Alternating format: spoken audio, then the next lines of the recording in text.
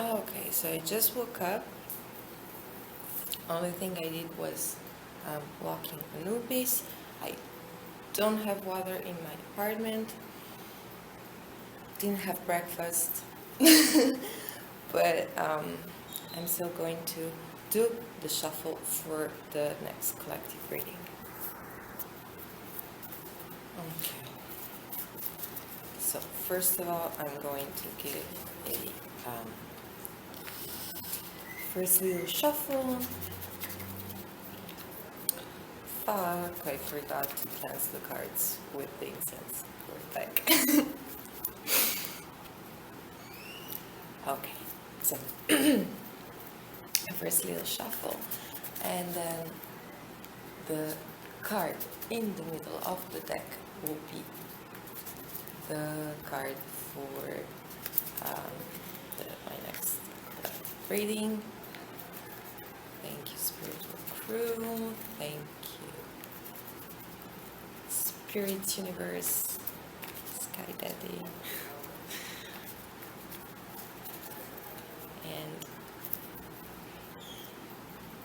any energy that is not supposed to be helping at the moment can and must immediately fuck off. Okay, so card in the middle of the deck will be, what's that? Oh, I know this one. Okay.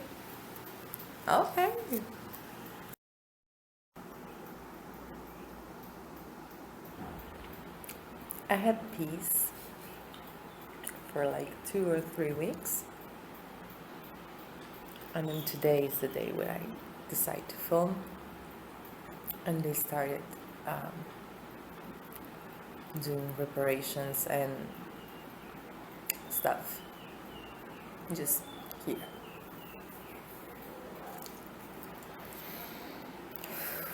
I'm calm. I am calm. I'm not. I am not. Someone really doesn't want me to put this information out, which is why I am still going to film. Okay, alright, so I took a shower, fed Anubis, fed myself, and now I am ready to continue with the following part of this collective tarot reading. I will be doing this from my bed because I still just woke up, and also it's important to like respect sensory needs. There is this super amazing tarot reader on YouTube, Cosmic Wifey, I think her name is, or maybe she just changed it. But anyway, she has ADHD, and she explains it like super well, how important it is to feel physically comfortable when you are working or creating as you speak or whatever. Okay, so I also bought myself a new support for the phone so that I can film horizontally, and I still have to get used to the dimension. I'm still adjusting, but anyway, this is the card that came out when I shuffled earlier this morning. There is the reflex. Okay, here you can see it. It's GANYMEDE. That's the name of the card, and that is what is represented by the central figure that you can see here. Okay, so already while I'm touching it and reading all the little messages around, I can tell that this is going to be a very rich reading, meaning that it will touch elements of different value, both positive and negative. But in the meantime, I will start, as per usual, with the myth. That is the little advantage of doing these collective readings, that there is also a little fairy tale part. So this card actually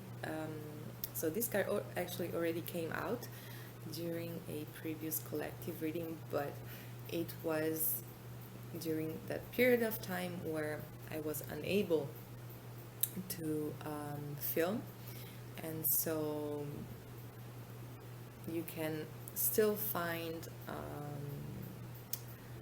like the transcription of the myth and some short guidance messages related to this on my personal Instagram. I will link it in the description box below, and it can be interesting because sometimes we don't have the time to just listen to the whole story, or just sometimes, I mean, I know I do, I prefer reading instead of listening. That really depends on what is your preferred sensory modality to learn and integrate information.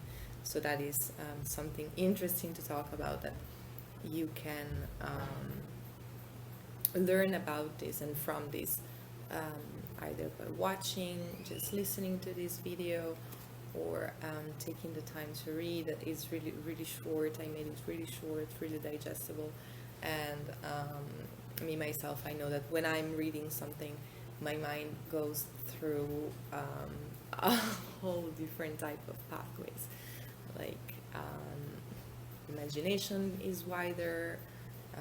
It's like, you know, I mean, I don't know if you know, but if someone else is really, really passionate about reading, I know I am, I would actually prefer staying in the library of my school when I was a kid, instead of being out there and socialize.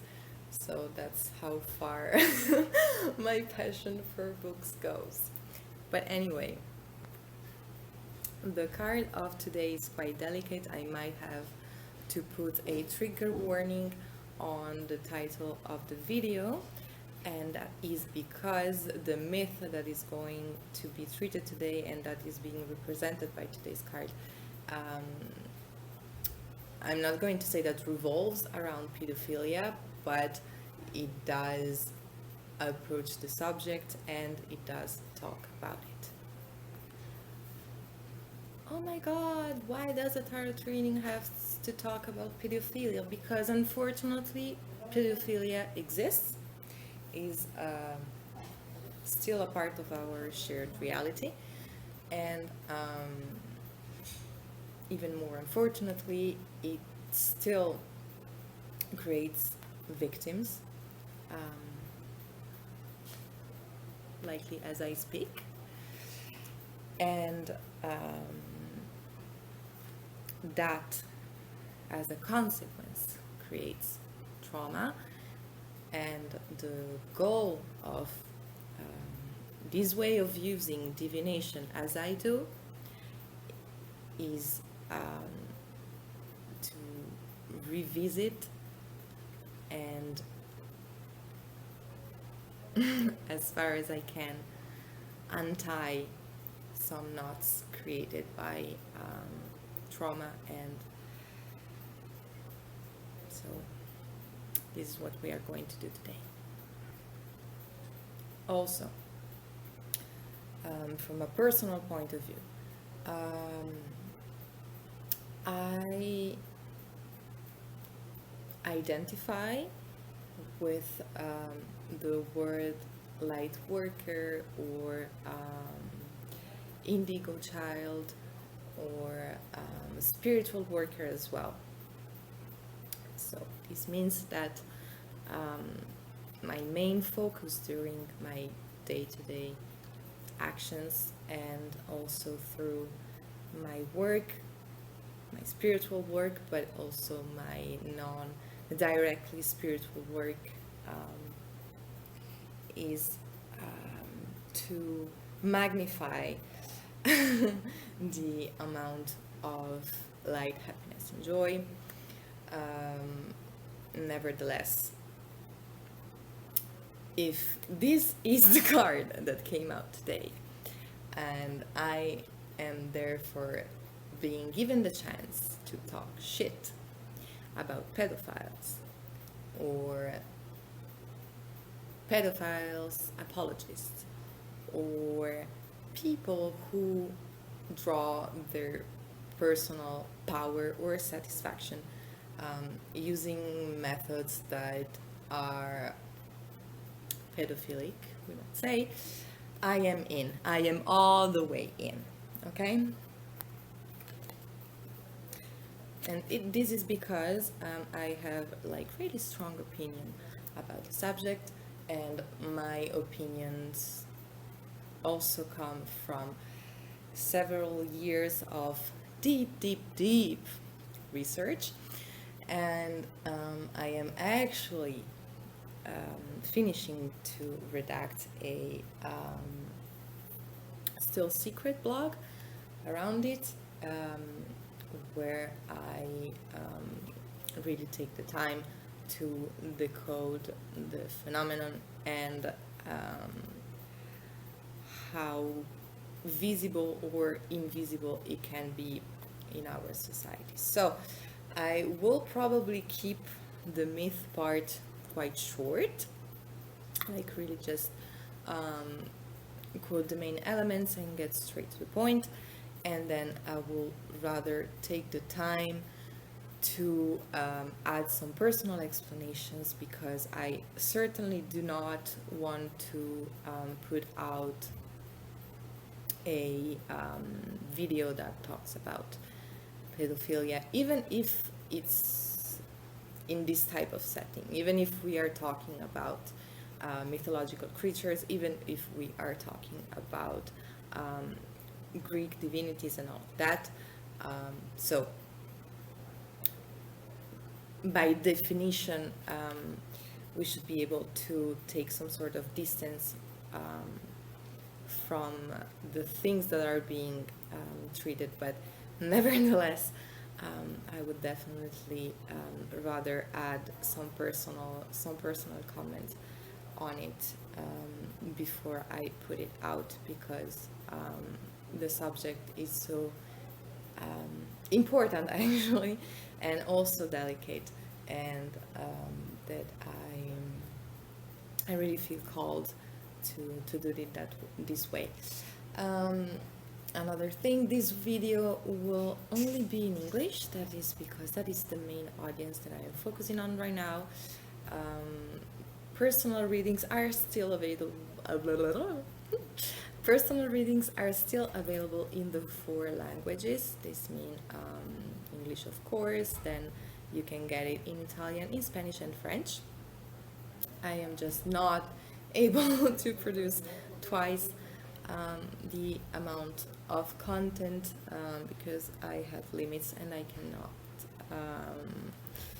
move all my schedule and agenda around just so that 3 extra people can understand what I say. I mean, that just that's just how things are right now. Okay, card of the day. Once again, this will be the same card for the 4 groups, and as I was saying, I'm going to start with a brief recollection of the myth. So, what is this myth about? This myth talks about GANYMEDE, who was a very handsome young boy from the ancient Greek society, and he was just living his best life, his best young boy life, we might say, playing sports with his friends, exploring, slowly but steadily getting in touch with life as a young adult and all of that. While he was out there just living his life as a beautiful human specimen, he was noticed by a god, and not just any god. He was noticed by Zeus. Now,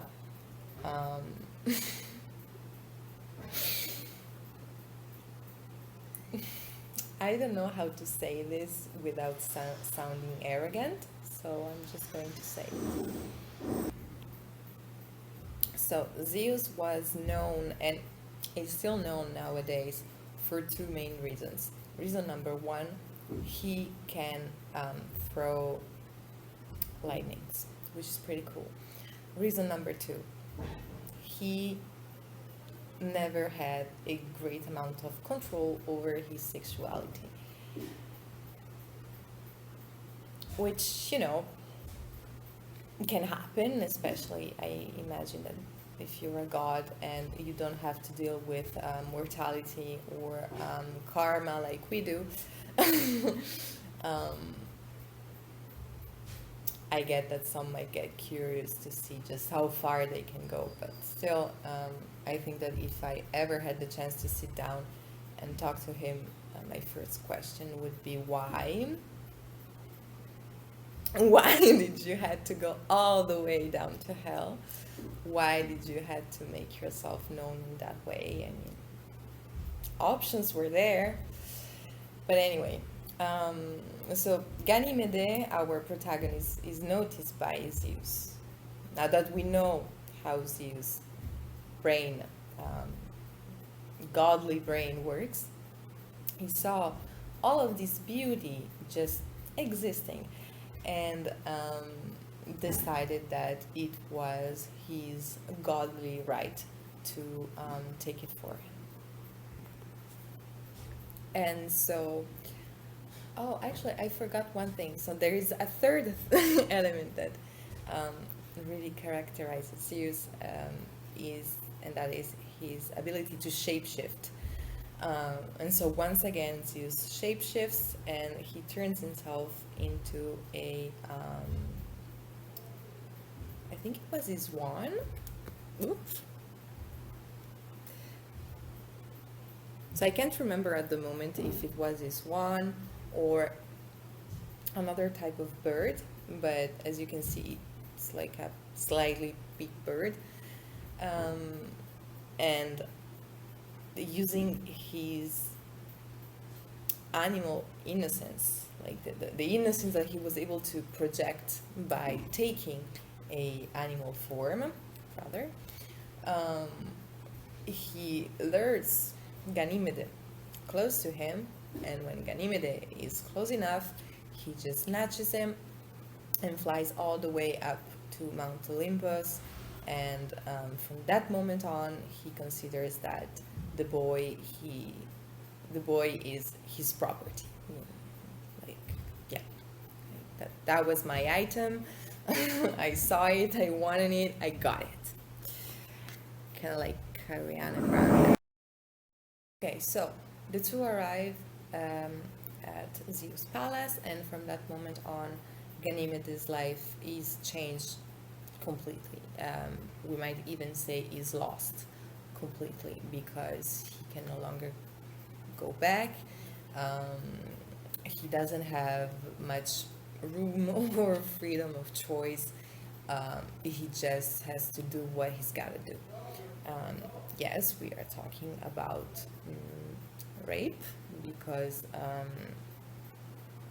Zeus was a god. I imagine that he was pretty good looking for his age, we might say, but Ganymede was still an adolescent boy who probably had different tastes than a old immortal man forcing his body onto his, you know? And in parallel to the sexual chores that Ganymede had to perform, he was also treated like a servant. Like he had to fill his master cup,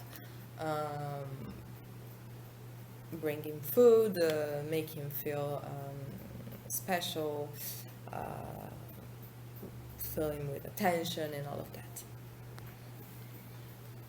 And he really had no chance to escape on his own. Like, he was flown, anyway, he arrived to the palace flying. He was not able to grow wings, so he was 100% dependent on his abuser and his kidnapper. And so for a while he just had to get along with it, trying to make the best out of the situation, even if the situation was 100% shitty.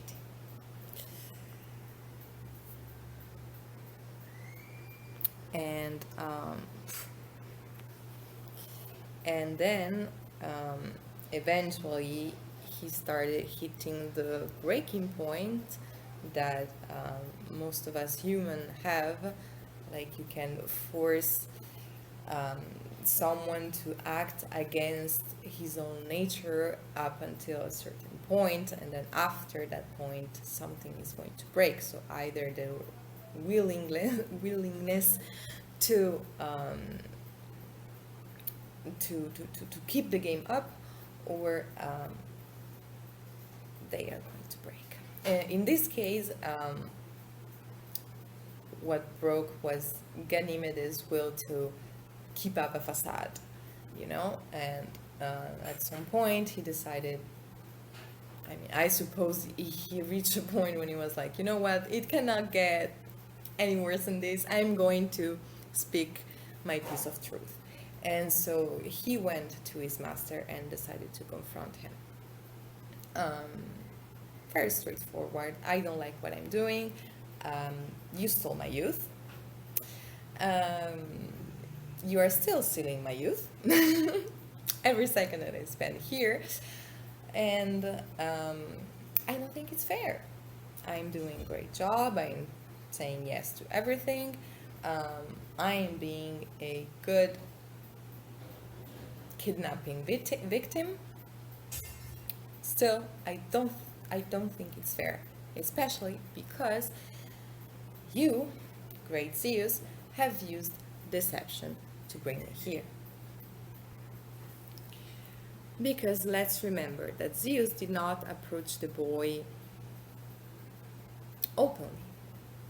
Like, hi, I'm Zeus. I'm a god. I'm a relatively old man. I am attracted to you.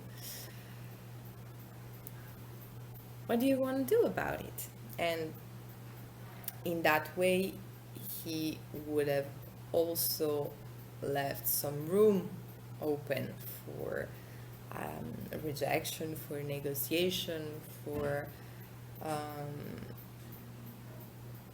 whatever the other party was willing to put on the table. Instead, he shapeshifted, as we said before, and straight up kidnapped the boy. So at first Zeus was not really convinced, and his reasoning was quite selfish. He tried to justify himself, saying, oh, but I'm a god. You cannot understand. And Ganymede just went on. I think that he really, really hit the breaking point. Like, you know what? I'm uncomfortable daily, so we're going to share now, okay? We're going to share. Just bear with me for the next 30 minutes. I am going to say my piece of truth to you, even if you're a god. I don't care. I just need to say it. And so he kept on insisting and insisting and insisting and insisting and insisting and insisting until I don't know if Zeus actually saw how wrong was he's doing. My best interpretation is that he probably got sick of listening the same song over and over again and eventually gave up.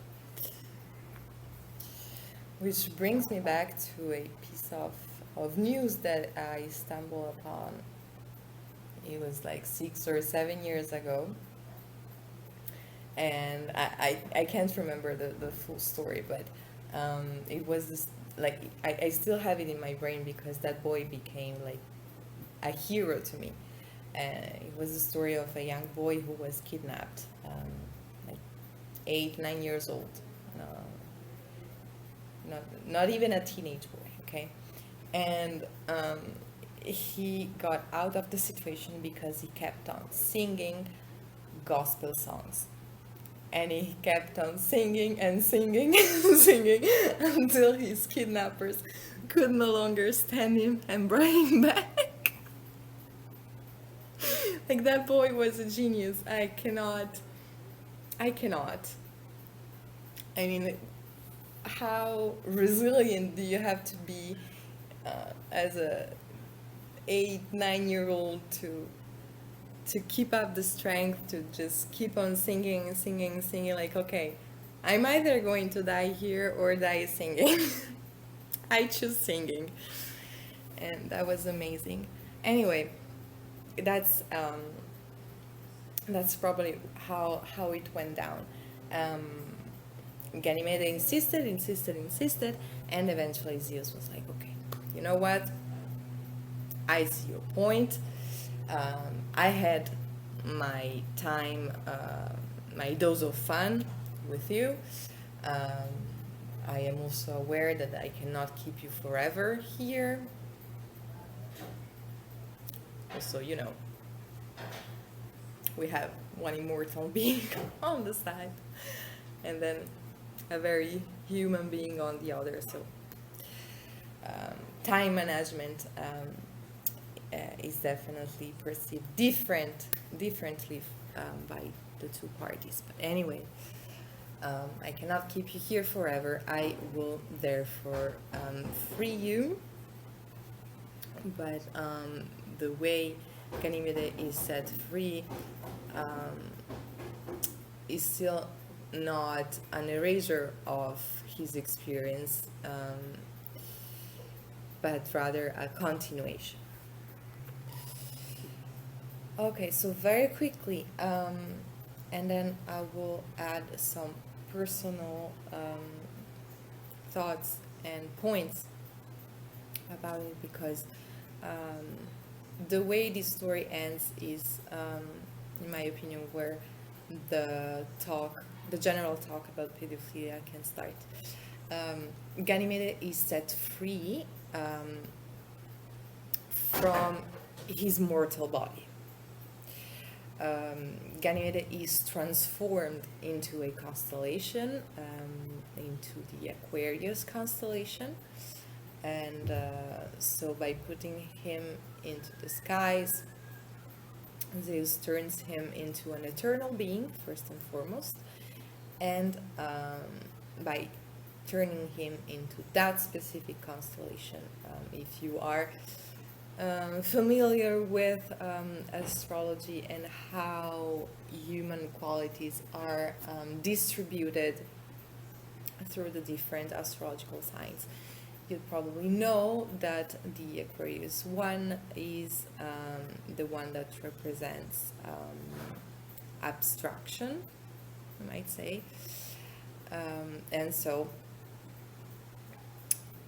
Ganymede is transformed into a forever abstract and forever shiny being.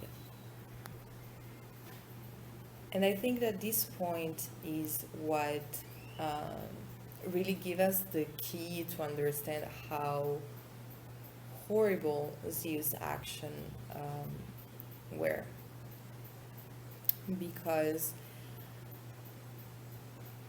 he could have returned Ganymede to his birthplace, and we are talking about a god, so he wanted to grow a pair of wings once again. I mean, he's done it once. He's done it once, he could have done it twice, okay? But he didn't. Instead, he separated Ganymede's consciousness from his body. He set him free by taking away his body. Take a moment, take it in. Why does he do that? Because throughout all the interaction, all the exchange, Zeus shows no sign of real remorse. He shows no sign of real understanding of how damaging his actions are. All he talks about is how powerful his hunger is and how powerful he is as a god, and therefore how legitimate his choice to pursue such hunger. What? Sorry, I got lost. Okay. So, all Zeus talks about is the fact that he is allowed to do what he does. He is allowed to be a pedophile because that's part of being a god in his conception. Not in mine. I mean, I am all for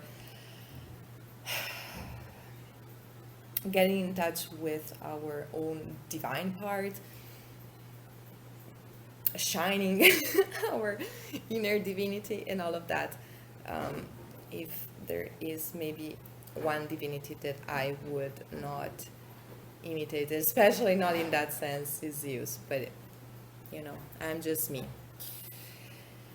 And so I was saying that he shows no real sign of remorse. Nevertheless, what does he do in the end? He, in a very elegant way, gets rid of the human body that he used. Now, this makes me think that deep down, very, very deep down, he knew that what he had done was something irreversible, that there was no going back. Maybe not for him, because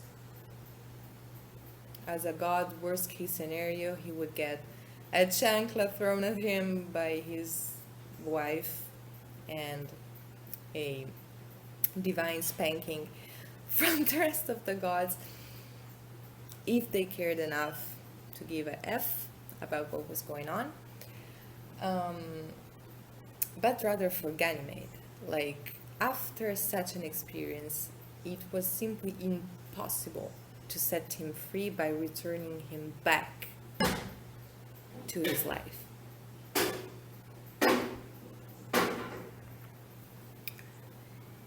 And by doing so, I think that he really, really, really disproves his own point. Because if not even a god can restore what gets broken after pedophilic abuse,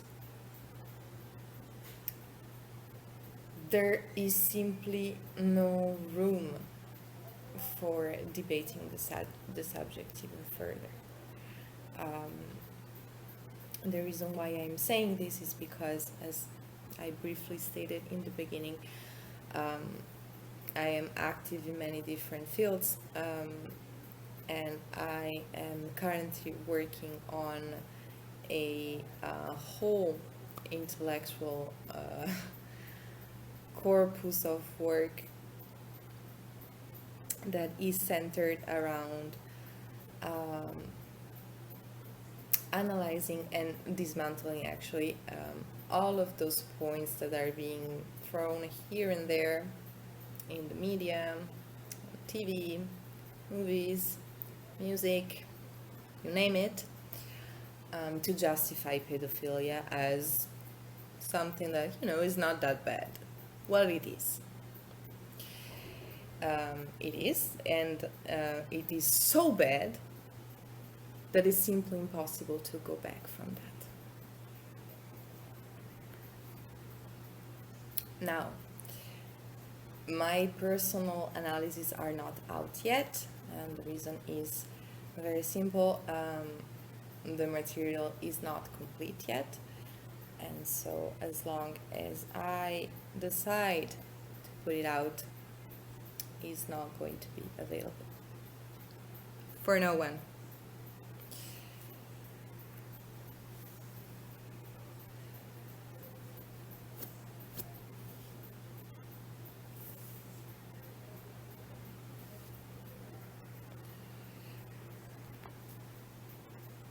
Sorry, I got distracted by the shadow of my own fan. So, I have to. Anyway. Okay, so the reason why I am taking the time to explain all of this is because in the sections that are going to follow, we are going to see different messages, and so we are also going to see how certain negative experience in life can eventually help us and push us forward and further than we could possibly imagine, because that is like the main energy that comes through from this card. And nevertheless, since this card talks about a myth that revolves around pedophilia, I certainly do not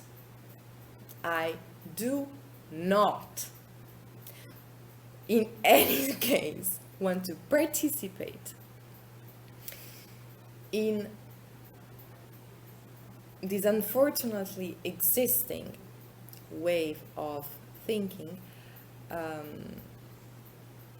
that states that pedophilia can be a good thing in any shape or form. Like, they would never have done that if... fuck no, fuck no, fuck no, fuck no, fuck no. Because do you think that GANYMEDE gave a fuck about becoming a constellation? Do you think that he woke up one morning and he was like, I want to become a constellation. I want to leave everything behind. I want to have 0 friends. I want to have a 0 normal life. I want... How does that even work? Like, it makes me think about that shitty Adele's ex who tried to sue her after she had, I think, her first or second success with her album. I am going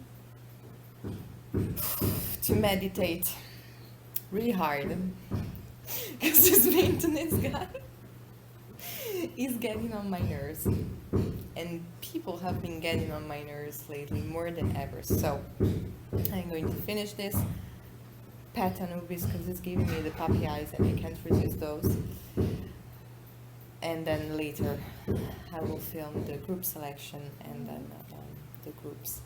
But anyway, the shitty Adele's ex who tried to sue her because she had a super great success with her album, and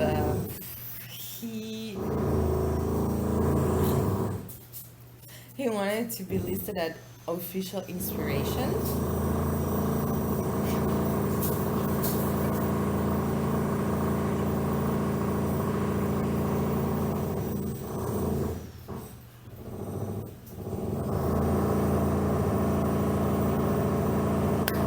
Come on.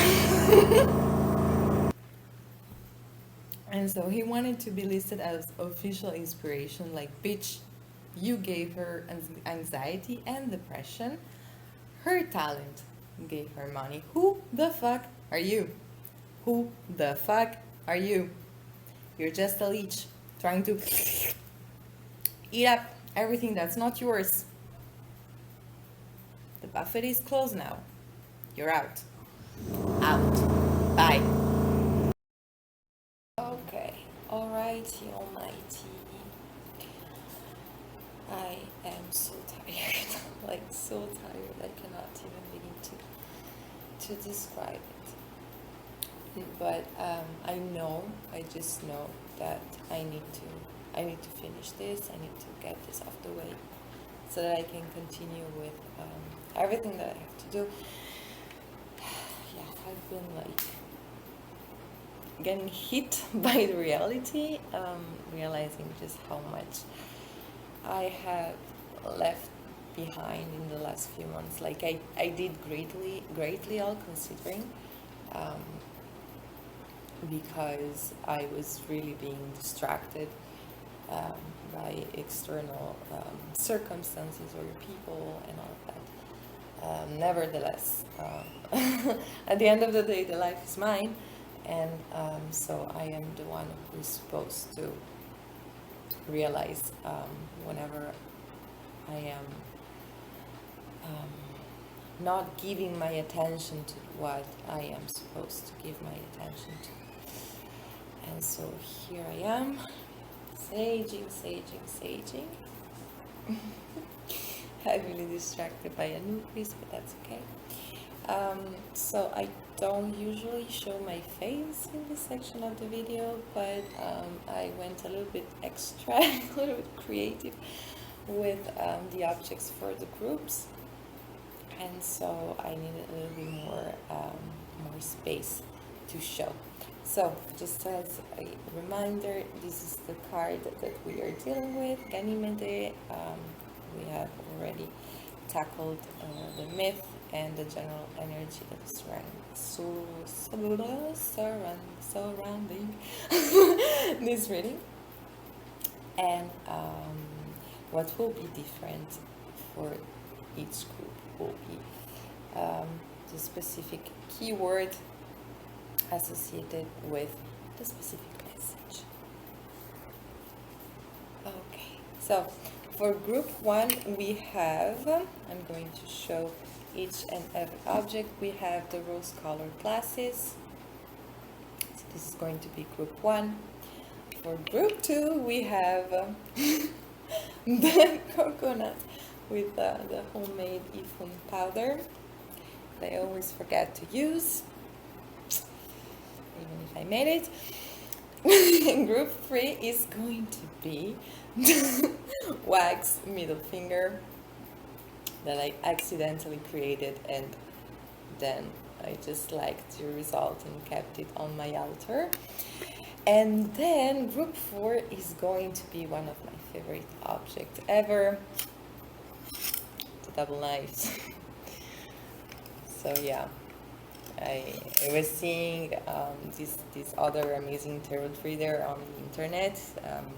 Her name is Tarot, and she was using like stuffed objects. I remember she used like stuffed blood cells or or food, and I thought it was just way too cute. And so I was like, you know what? Okay, I need to make a video where I use just giant objects that people can feel and identify with to pick their group. So once again, I'm going to repeat. Group 1, the rose-colored glasses. Try not to pick the object that is the most pretty. or shiny, just pick the object that is really calling you. So group 2, the giant coconut. Group 3, the middle finger, the wax middle finger. Group 4, the 2. Nice. Okay. Make your choice. If you feel called to choose more than one group, it's okay. And so see you at the respective group. Okay, so if you choose group 1, this is your object, the rose-colored glasses, and I am going to channel the oracle message for you. Sorry in advance for the bad lightning. There is just nothing that I can do about it. Yeah, this is where I am supposed to work right now, and at this time of the day, that is the best that I can get.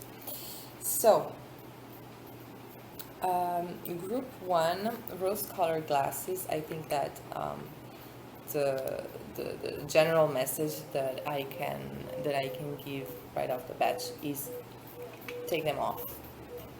You know, like this. You have your nice rose-colored glasses. Take them off. Take them off. Not meaning that you should start seeing life like all dark or all black. Like, okay, I used to. For example, there's this dynamic that is coming to my mind. I used to be so naive. I used to look at things in such a lovely way, and now everything has to be shattered and thrown into the trash because everything sucks. But rather take off the rose-colored glasses, meaning that see things for what they are. You know, this can also mean to see things for how bad they are for you. This doesn't mean seeing the whole situation in a demonic light. I don't know if I made the difference clear enough. So to be a little bit more specific, always considering that this is a collective reading, so what I am doing is that I am reading energies, and those energies can apply to a whole different bunch of situations, and and whenever I give an example, it can be either an example that I am visualizing literally as a channel, or just an example that my mind is putting together in order to ground the explanation into the physical reality. And yeah, but the reason for this disclaimer is that in any case, you should always take what resonates, and rather use the bigger picture of videos like that to then apply to the specific situation. This is particularly important for group 1 because one of the messages that comes with the interpretation of the card for this group is the need to use discernment when receiving advice at this very specific moment in time. So I am filming this video while there is a Venus retrograde and a Mercury retrograde on its way. So I am not personally an expert about retrogrades or planetary movements. The way I use this information is more knowing that we are all part of this forever moving universe, and everything, like every little thing, is affected by the movement of everything. Like it's a constant tennis match between everything and everything, and So the way I see it, like if the water, if the fishes, if the trees, if whatever is affected by the movement of these planets, of course, so are we, because at the end of the day, we are made from earthly substance. Even if we might be very spiritual or very inclined towards spiritual practices and exploring the spiritual world, we, as long as we are alive, we are still bound to the limits of the physical body. So, if you are watching this video during one of these retrogrades, you might know that retrogrades can be quite chaotic periods of time where things go sideways, or things that would usually naturally unfold start to be blocked, or they're not as secure as they used to be, and all of that. And so that is the energy that I'm talking about when I say at this current moment. So you don't have to be watching the video during the retrograde, but if you have selected group 1, we are talking about a quite chaotic situation, quite chaotic environment when it comes to communication, and when it comes to receiving information from the outside. And so there is one phrase that is coming up very, very directly, and it says that the people who are giving the advice are not the people who are supposed to pay for whatever they are advising. So let's say that you know someone, and you're friends with them, and you value their opinion for a whole lot of things, and for that reason you feel comfortable going to them to ask for an opinion about something. It could be a project, it can be an idea that you're trying to create, it can be something even scary that you are trying to reach. And yeah, pay attention.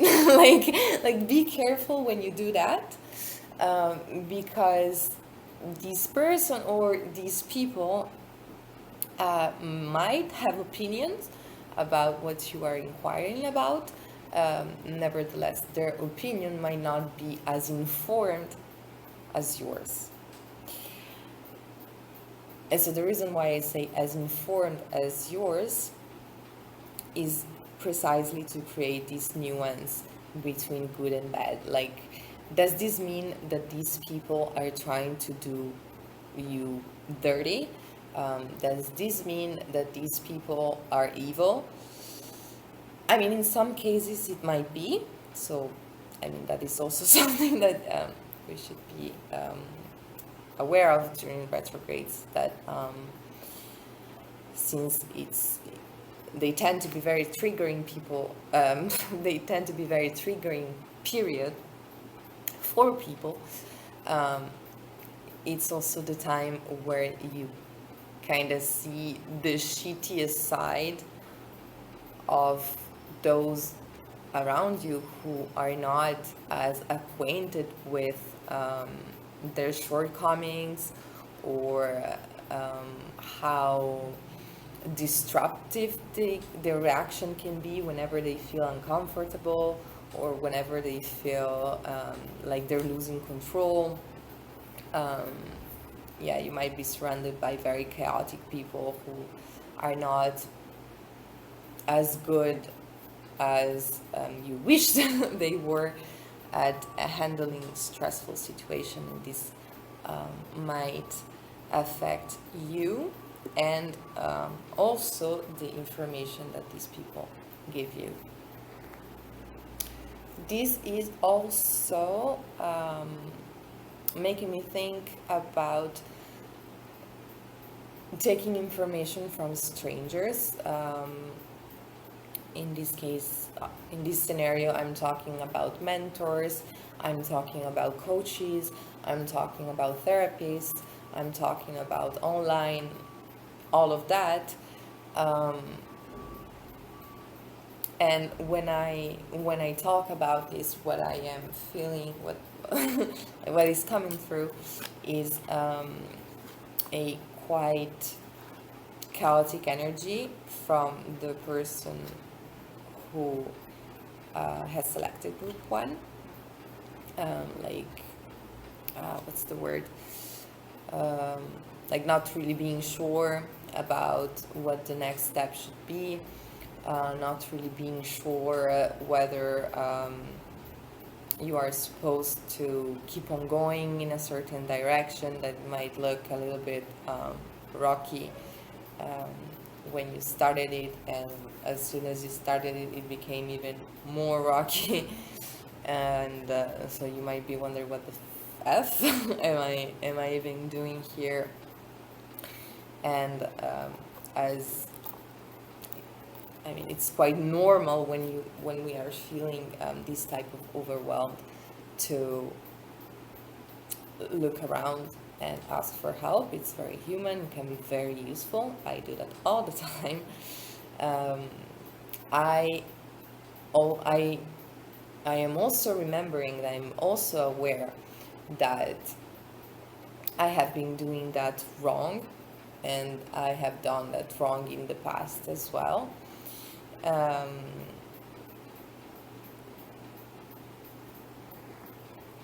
Like, for example, I remember a time where I was just starting getting acquainted with the world of tarot readings online, and starting to wonder whether that might be something suitable for me and what I do.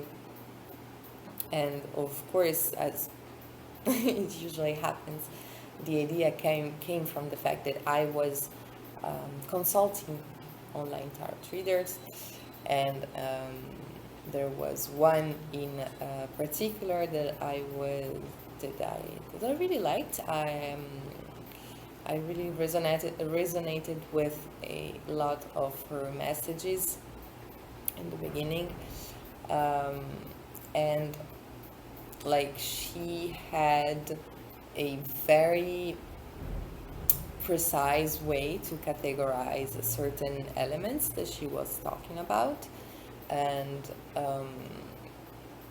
which was useful in the beginning because she was using some spiritual terms that I knew about, but I wasn't really I didn't really have a sense of understanding of those, and so she would help me understand certain things that were happening in my reality in a way that I would find really useful.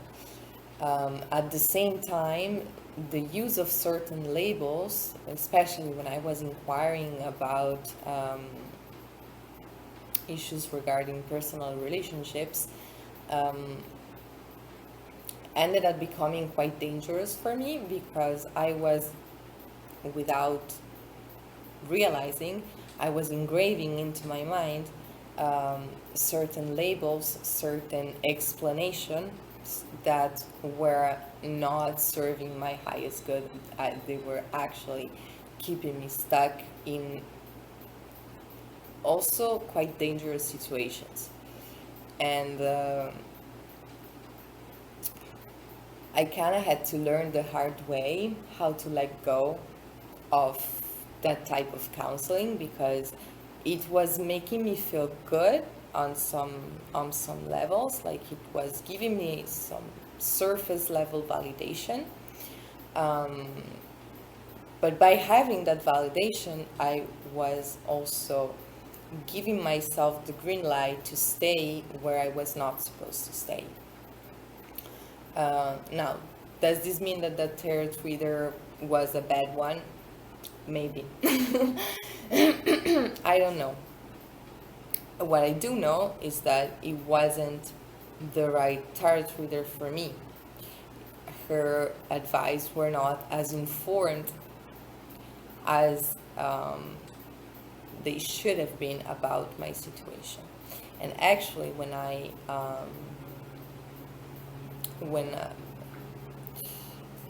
how could I say it? When I think about it, I remember that on some of the readings that I would select,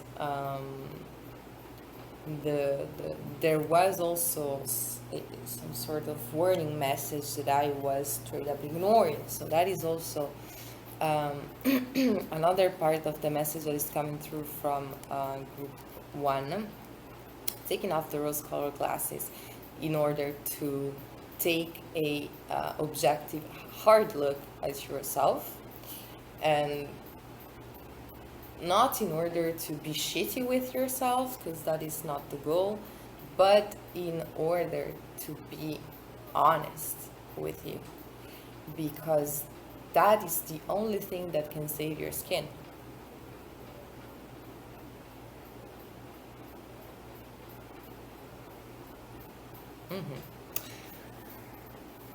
Like me, myself, I know that it took me a long time to learn how to be honest with myself, and it's still a work in progress.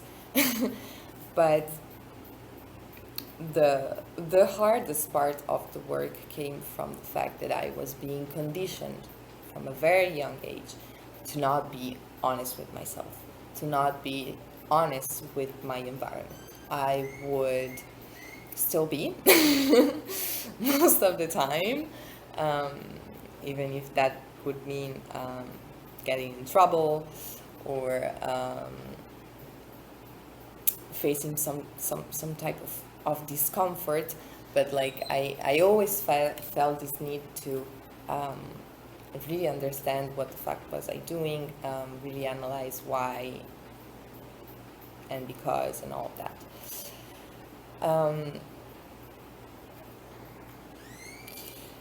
But in general, even if I always felt this strong sense of truth, even as a kid, I can also still feel the effects of being told the opposite. And this can mean being used to not be confrontational with people who are giving you shit, because they might get upset and not like you, or being stuck in a mentality where you have a certain image of yourself because someone through your whole life, or certain people through your whole life, have been telling you, oh, you're this, like, oh, you are shy, or oh, you can make decisions for yourself.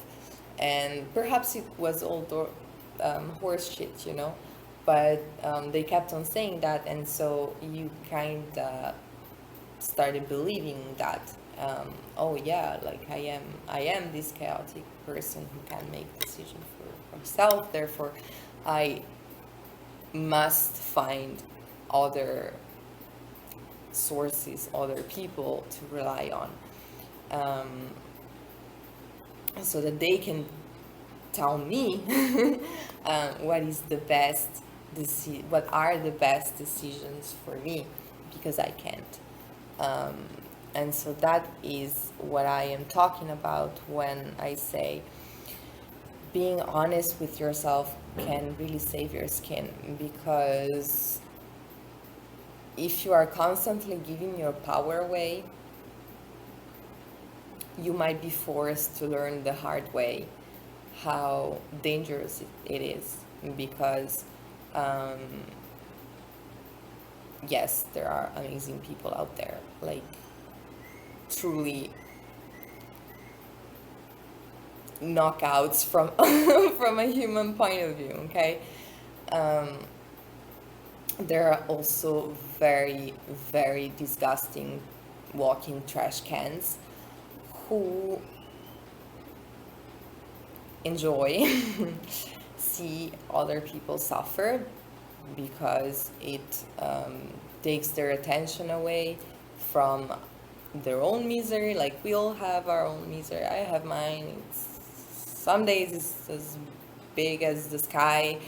Other days I can juggle it around like it was a circus tool. I do not need to take on other people's misery in order to handle mine.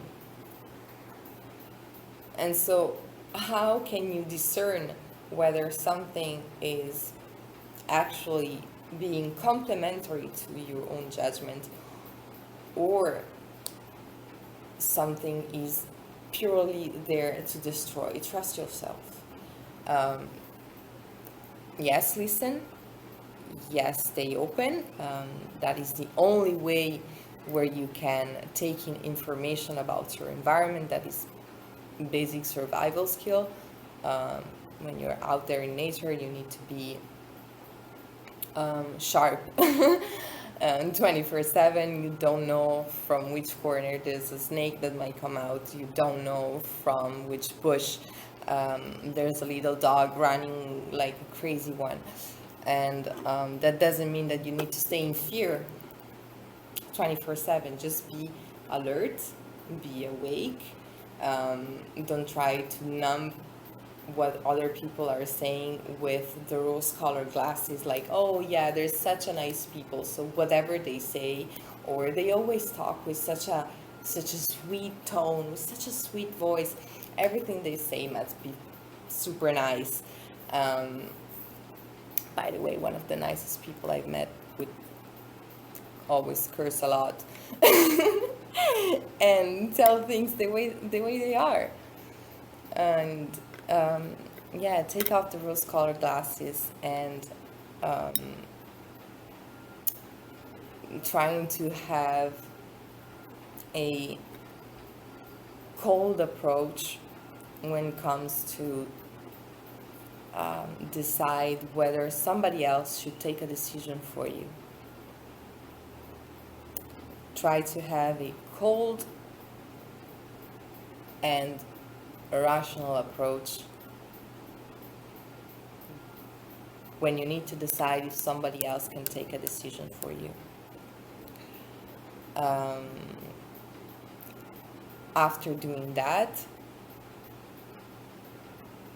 if you are comfortable with it, another tool that you can use to evaluate whether a situation is inviting you in for good or luring you in for destruction is to be in your belly and be in your body, be in your emotion, and work on becoming aware of those emotional reactions, of those feelings of discomfort that might come up to tell you a red flag.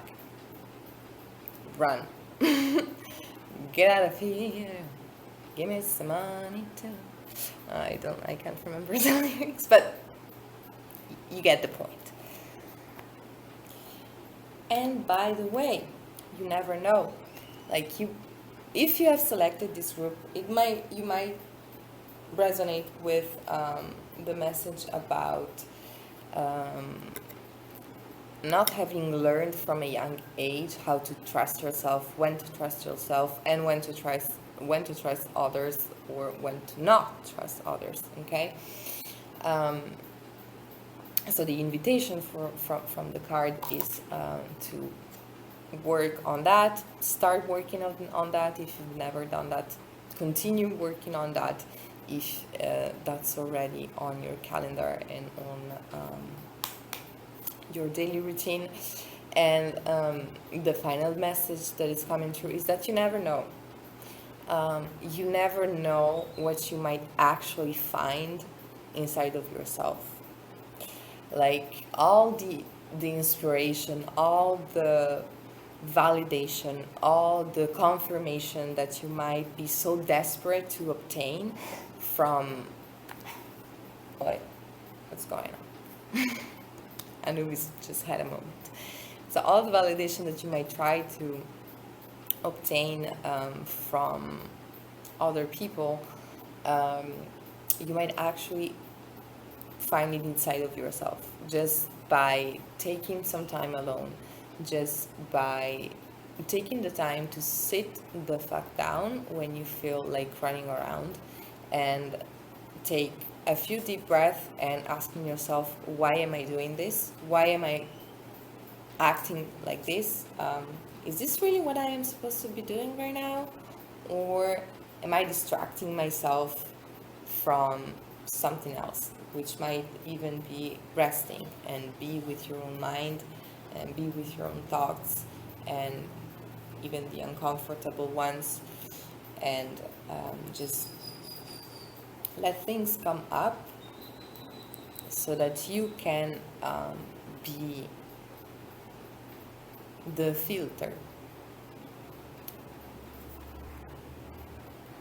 Sorry, Anubis is having a super cuddly moment.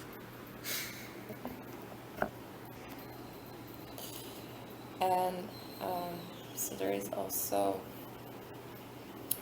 something else that is coming to my mind about the importance of taking the time to practice discernment when you are taking important decisions for yourself.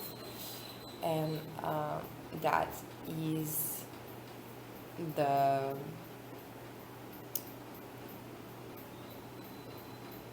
longevity of the impact that ideas might have. So let's say that someone is giving you a super dope tip to propel you forward, and it has worked marvelous. It has worked perfectly for them at a certain point in time, and they felt super successful about it, and so now they are trying to push that onto other people, and one of those people happens to be group one. Okay. And just try to remember that we all function with our own fuel, and so what might have worked for someone at a certain point in time might actually be a disaster for you.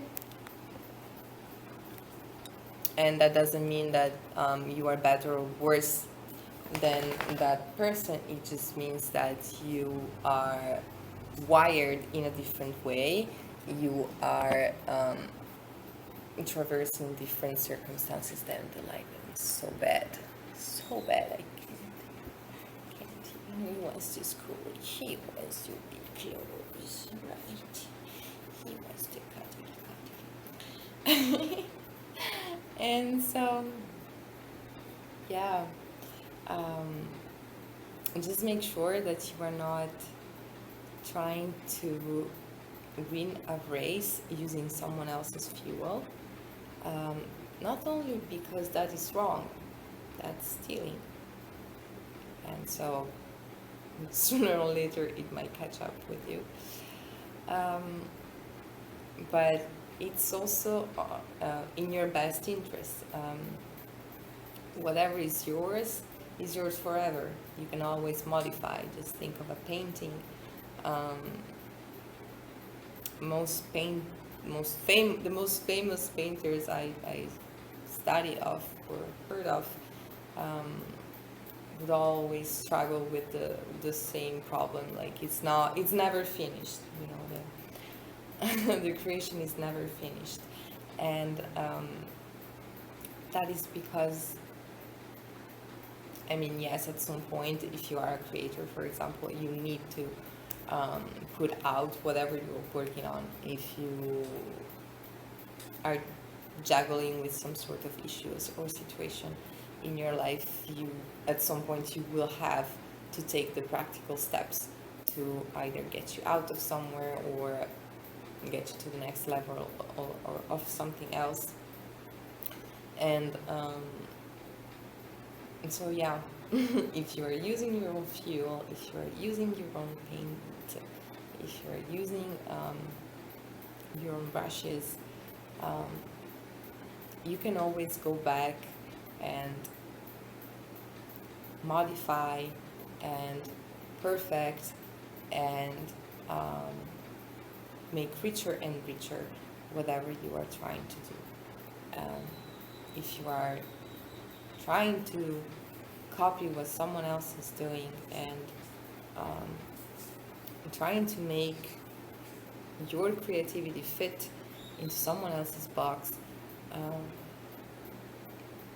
99% of the times you are going to fall out of that box because it was never created for you. Life did not put that box in your path for a reason.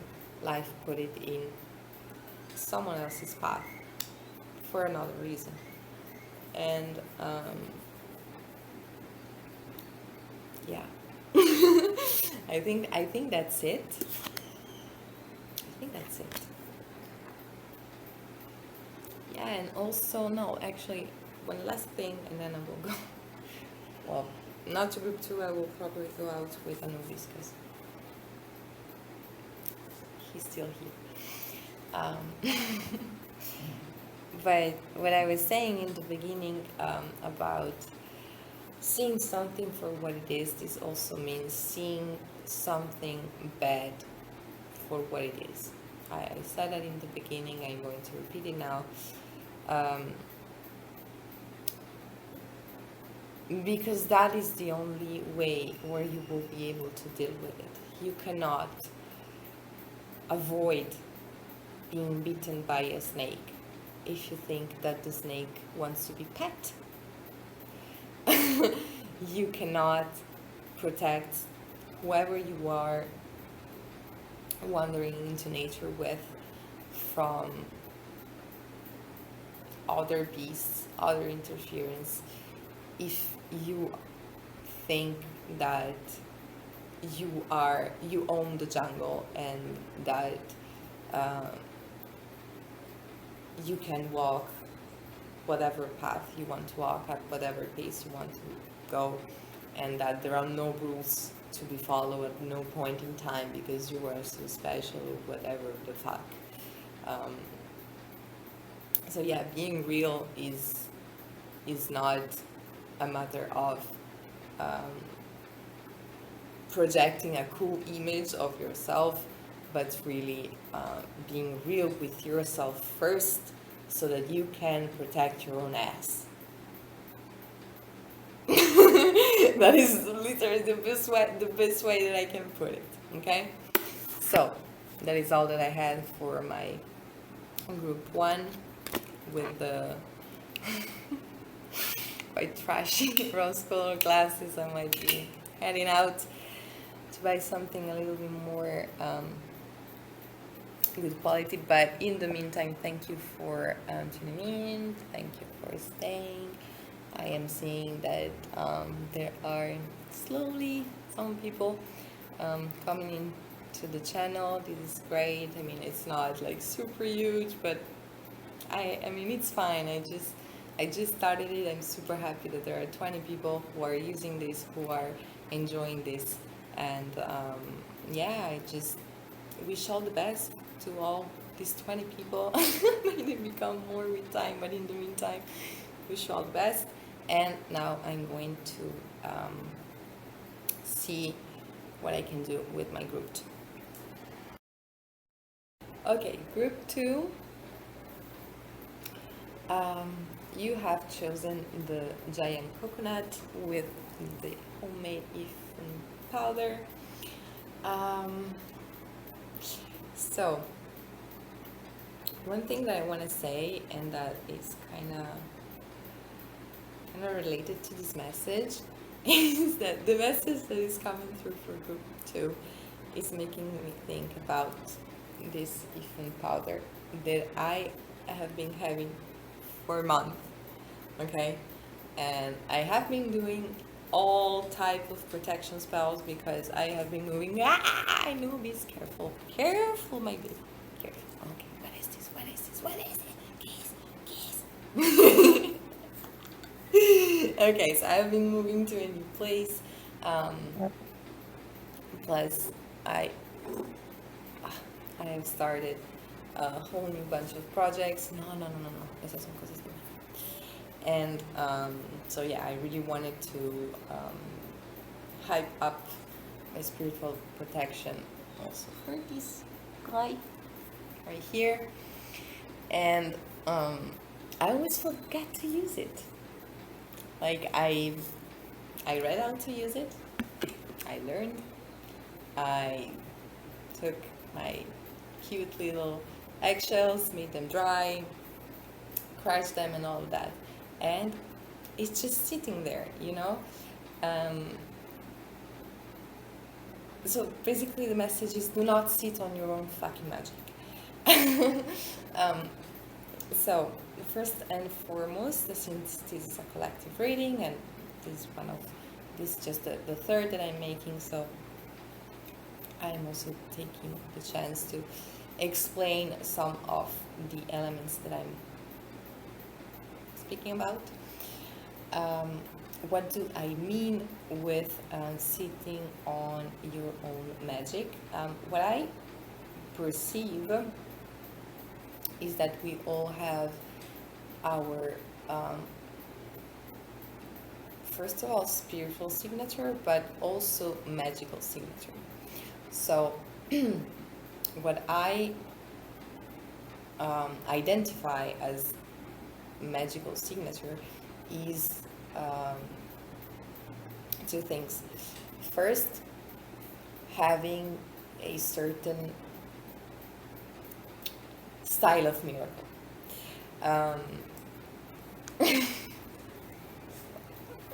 Like this little demon right here, but like having a certain way where things manifest for you. Like me, for example, I know that I can manifest incredibly through chaos. Like I remember when I was still in school, there was a whole malfunctioning of the school system for the attribution of certain works, and because of that malfunctioning, I got to work exactly on the thing that I wanted to work on, even if I had been rejected first, in the first round, because of, once again, technicalities. Like I had everything on check to be there, to be working there. I was also like okay with the person in charge. Was 100% okay with having me, but because they had a new system in place, I had to select limited choices, and that one was not available until the whole malfunctioning happened, and I received the news, and I was like, what the fuck? But at the same time, I was like, yeah, of course, you know, because that I know that is point two. So point one was having a certain style of manifestation, and point two is knowing that you have it, knowing how to recognize it, knowing how to recognize how you feel when all the elements are coming together for you. And so that is basically what you are being asked to work on if you have selected group 2.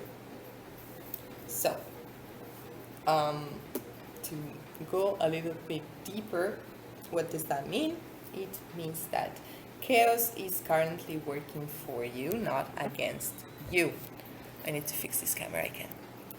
So I've bought myself this pink octopus to keep the phone up, and it's super great, but I'm also not really comfortable with using it. Anyway, the miracles, yes, because I forgot to show it.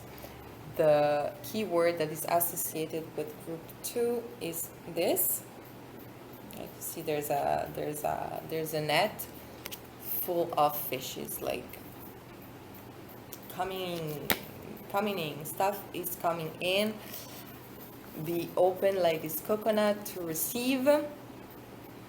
Yes, but do not be passive. Like, do not just sit there and wait for the river to change its course and start flowing right next to your house. Rather be ready. Know that stuff is going around. Know that good stuff for you is going around.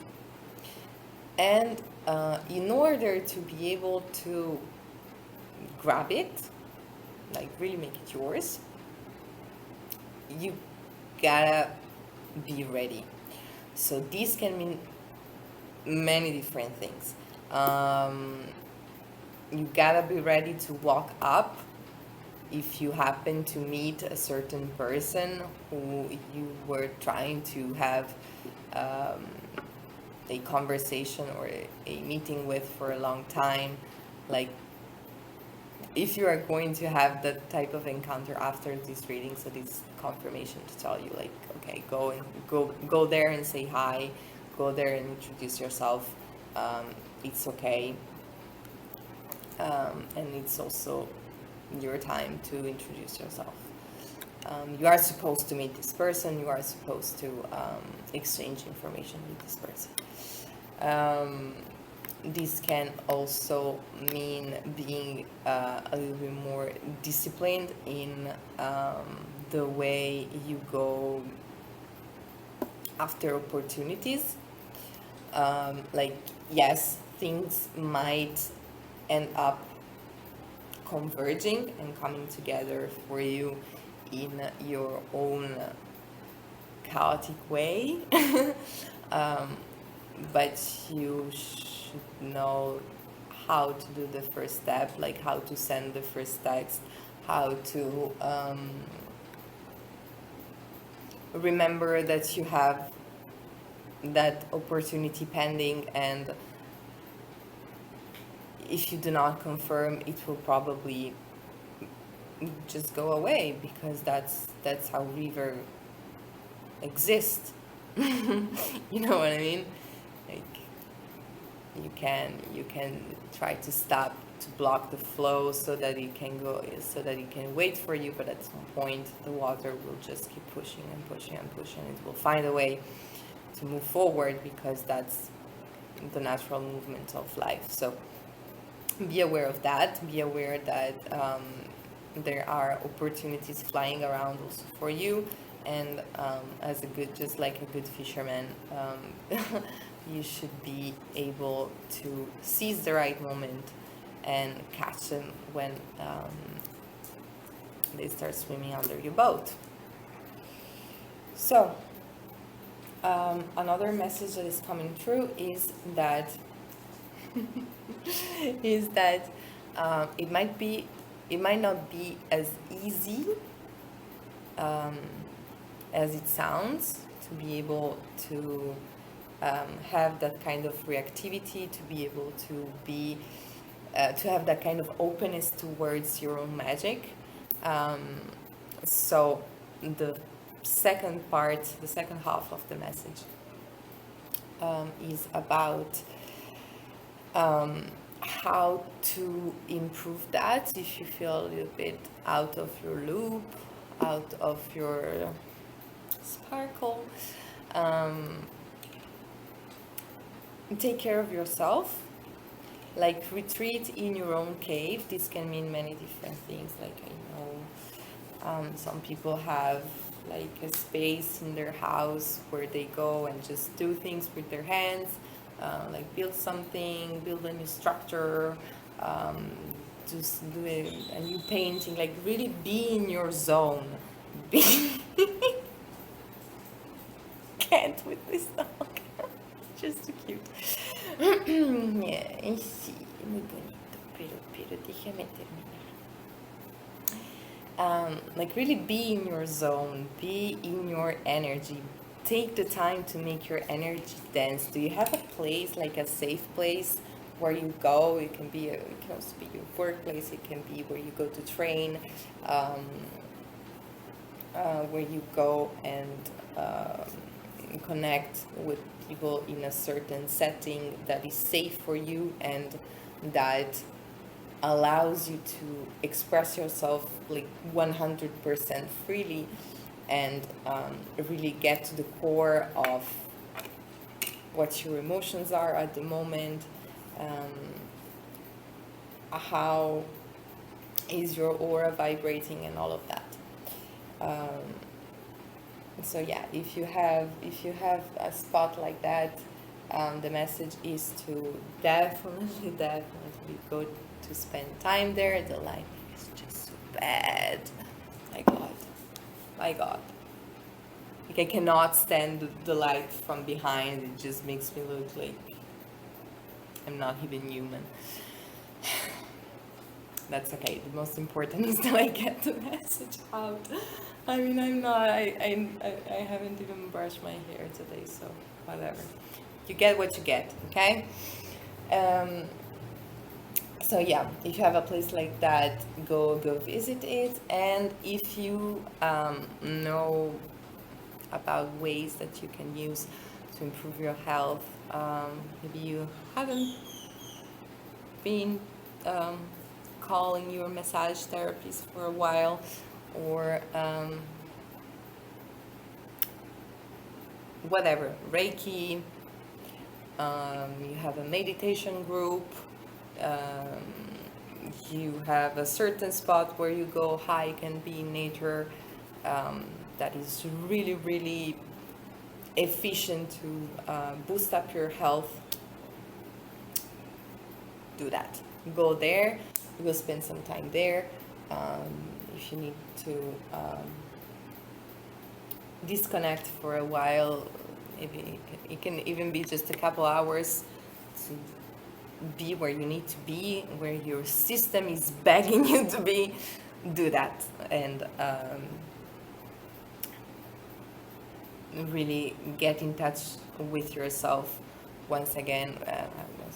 As I was saying, make your energy dance once again, because when we are around a lot of people, we are, whether we are aware of it or not, like our energy is being modified by everything that is going around. So the closer you let people, the greater their energy will modify yours. And yeah, let's say that you have been around people a lot, and so now you might want to take the time to release all that isn't yours. Like, it doesn't mean that you must have been around super shitty people in order for you to have the need to release. Like, we all need to take care of our own energy, whether we deal with super dark or low vibrational energies all day long, or if we deal with super high vibrational being. In any case, we need to take care of our own energy, because it does get scattered around, and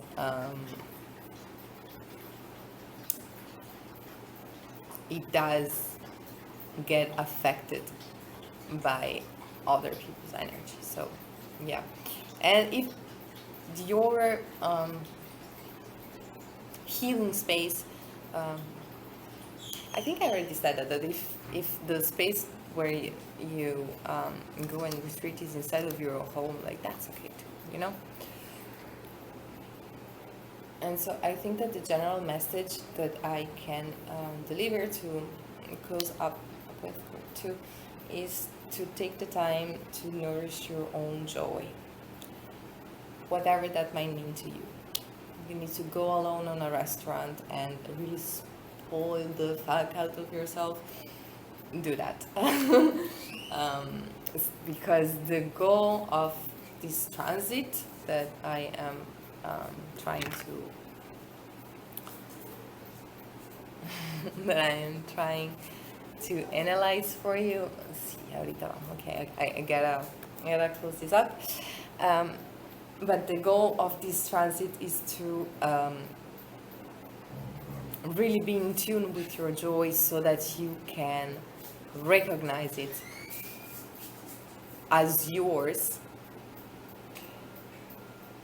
whenever you're meeting it as an outside source.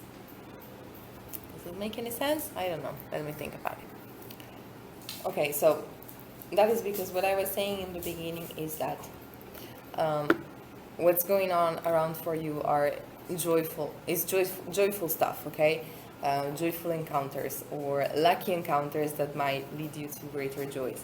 And the only way to be able to grab that is to you first add to your own joy, to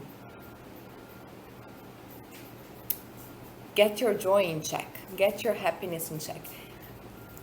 Maybe it's difficult because on an internal level or on a general level you are dealing with very heavy stuff. Like I know I struggle with that. Like I have complex PTSD, so and a whole bunch of stuff actually. But and so I go through entire days where I have to, because I have to heal, because I have to face all of that. I have to be in a space where I think about or deal with stuff that is really dark, that is really, really capable of bringing me down for a long period of time. And I know that if I push away all the remembering process, all the resurfacing process, I'm only delaying my own healing. Nevertheless, I also need to remember that the goal of doing all this healing is to build something that is completely different, that has a completely different color, flavor, whatever. Like, I mean, we don't heal to create more trauma. You know, we heal because we want to create more joy. And so sometimes that has to be forced. Not in a bad way, like not being hard on yourself, like, oh, everybody else is doing worse than me, so I cannot even complain, so I must put up a facade, a fake smile, and go around and act like everything is fine, and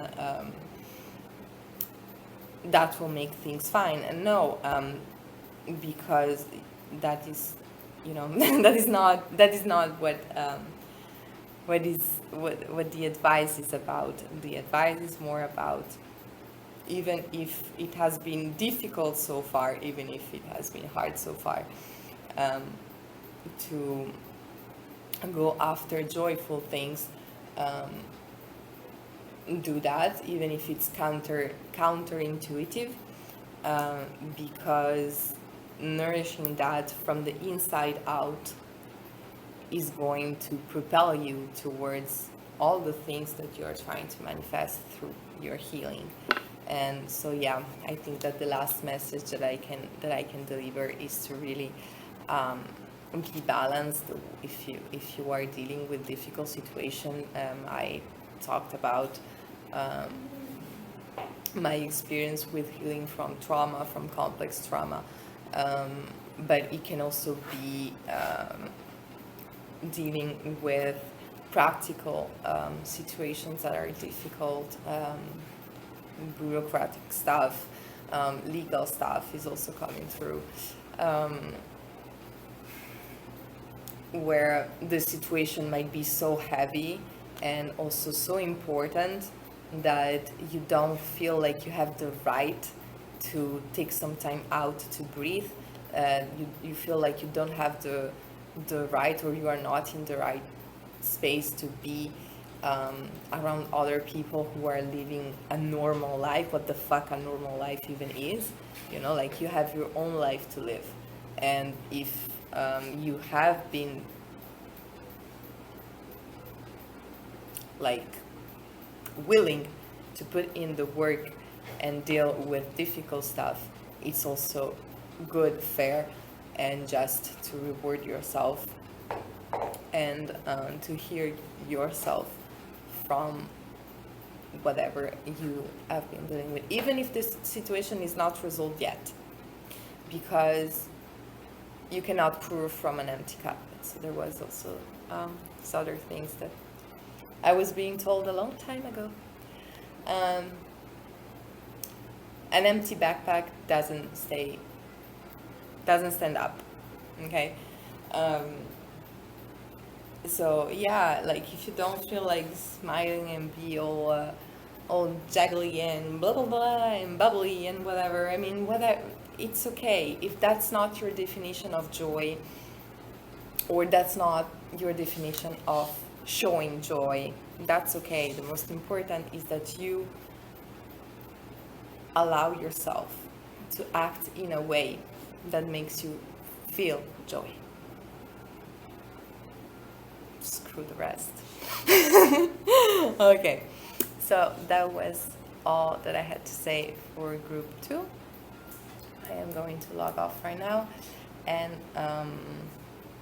going out with Anubis a little bit, and then I will continue with group 3 and 4. So if that was the only group that you chose, thank you for tuning in. And for being one of the few people that are slowly coming into the space. Super grateful, super great. And yeah, thank you. I mean, thank you for staying. It was nice having your energy. And if you're staying for the next groups, see you in the next groups. Bye, see you soon. Alrighty, almighty. Group 3. If you've chosen group 3, your object is the wax middle finger. So low-key, I wanted to film this video just so that I can have an excuse to showcase this. I mean, of course, it was not only that. That would be embarrassing. But yeah, I just like this stuff so much. Okay, so group 3. Your card, your key word will be this one up that says the realities. So group 3 is a very complex message, meaning that there are many different elements that are coming through. So the scenarios that I'm getting is that either the person or people who have chosen group 3 are going through some major changes in their life, and so like everything is being like a milkshake, you know, or when you're trying to make a cocktail, like everything is being like blah, blah, blah, blah, all around, and so that the things that are not supposed to be in the final cocktail are getting separated from the right juices and flavors. Another scenario is that this energy that is coming through for group 3, it touches a whole variety of situations. So you might resonate with one situation that I am going to be talking about and not all the rest. Good for you, because this means that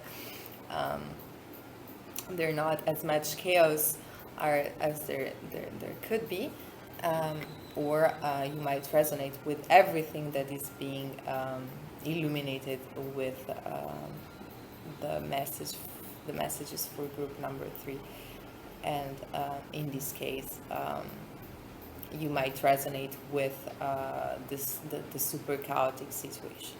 Okay, so one way to analyze and dissect everything that is coming through, I will be using this object as a symbol. Um, so in the beginning, I presented this as the wax middle finger, and so one way to read this transitory energy is to analyze everything that we need to say "f you" to, which can be like, oh, that's interesting. Like "f you" to meaning. Like we need to say "f you" towards certain things or direction, or we need to say "f you" to in a sense of you have been effing me and now it's my time to shine, in that sense. So first thing that is coming through is minding that the first thing that is to be thrown out the door for my group 3 is minding other people's businesses, trying to put your nose where it doesn't belong. This can be either out of fear because you don't know what someone else is going to do, or you might be suspicious about someone else's activity, like you might have a bad feeling and so you want to see the whole truth. So right now apparently is not the right time to dig deep. Doesn't mean that you will have to stay ignorant about the situation your whole life. It just doesn't mean that this is not the right time. This can also be talking about minding someone else's business in order to steal from it. I really hope that this is not the case. If that is the case, this might not be the right channel for you, because what I mainly focus on is how to protect yourself from this type of influences, and also I really focus on the importance of not doing that like at all, for many different reasons. Reason number one, it's wrong. That's theft, and theft is a crime. So if we are really talking about business situation, is not only wrong, is also dangerous, because we are talking about plagiarism, and that is codified by the law. And so if for a moment you were thinking you were smarter than everybody else and no one was going to figure it out, that your ideas are not fully yours, maybe reconsider that, because that will definitely come back and bite you in the ass. But yeah, I really hope that that is not the case. And as I was saying, if that is the case, you might really want to consider to work on your shadow self, like what you tend to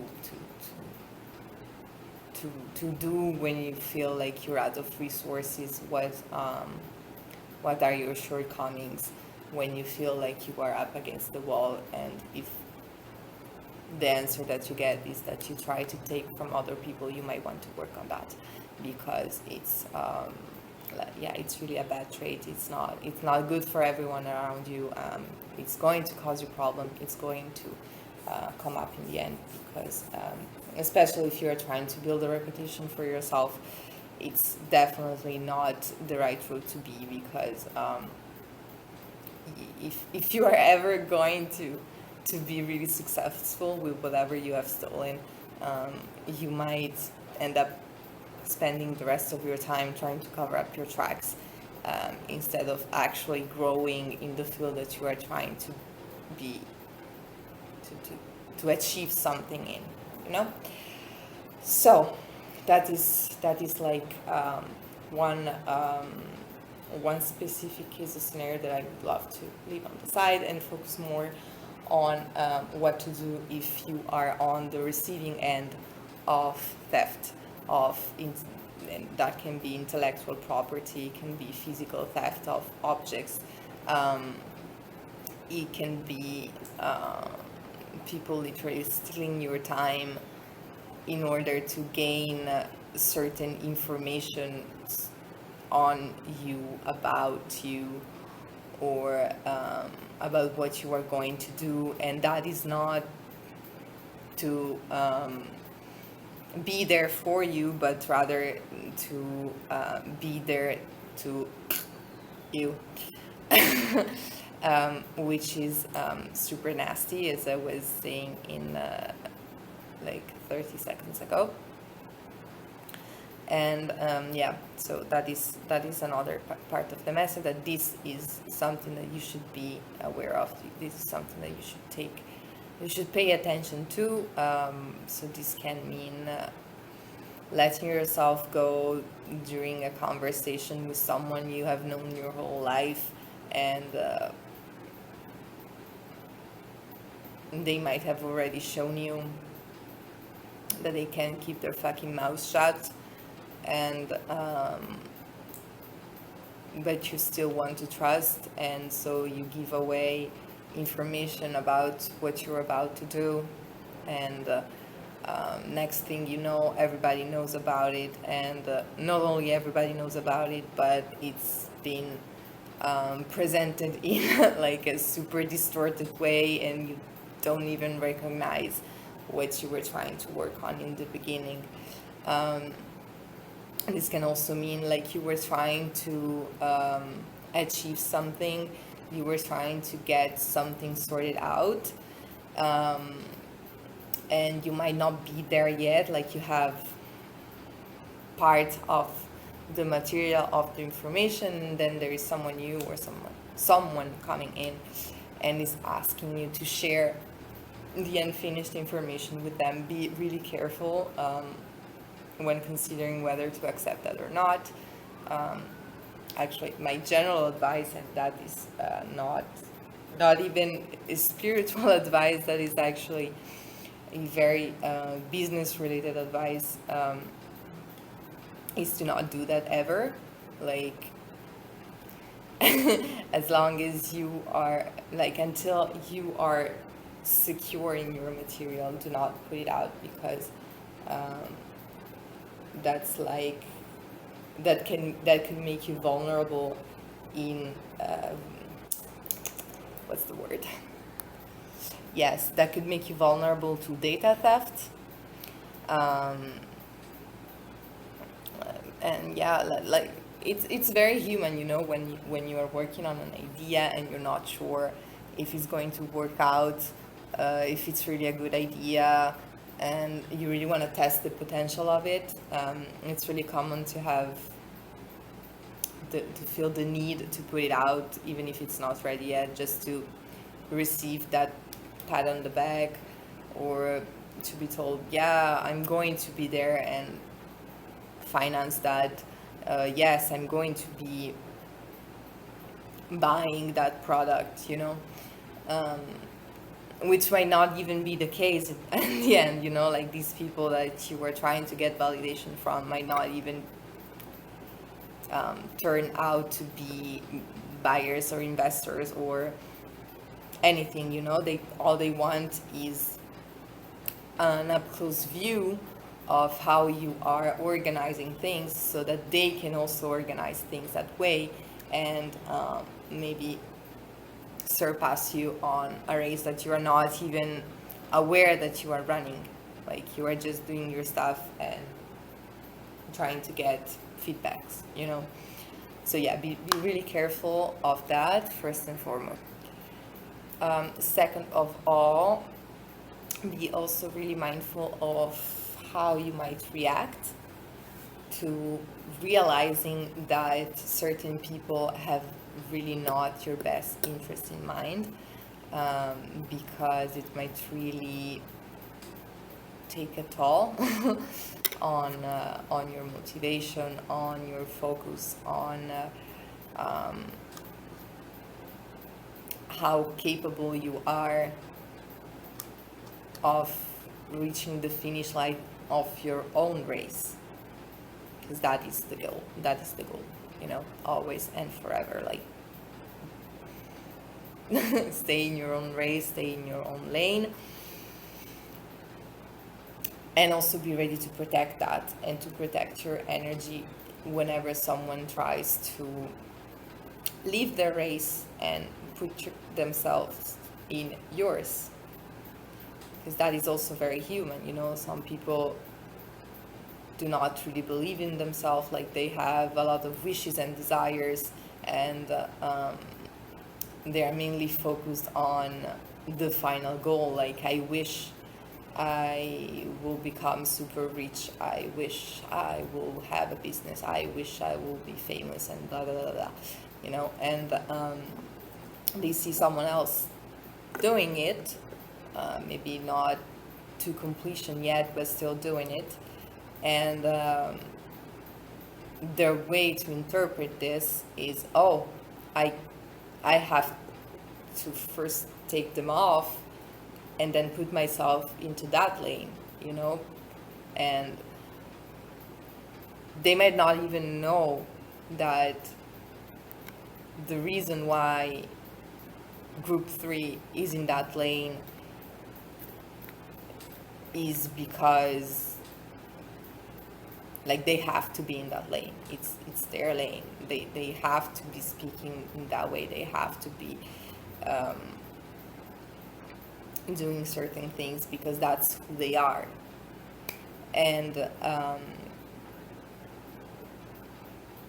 yeah, some people just don't know how to be original, and it sucks for them, but apparently they are trying to make it suck for you too, and that is simply not fair. Like, I get that, but it's also simply a part of current human nature. I mean, I am filming this video at the beginning of the year 2022, okay? So I am very aware that the majority of the teachings and the conditionings that have been going around in the last decades or so are really in favor of competition at all costs. Like, that's how you will show that you're a real one, if you really shatter the competition. And I am also aware that this has been pushed to a point of messing with people's mental health, you know, where people are so obsessed with putting themselves in front of the race that they do not even take the time to see, okay, what is my race? What am I supposed to be running for?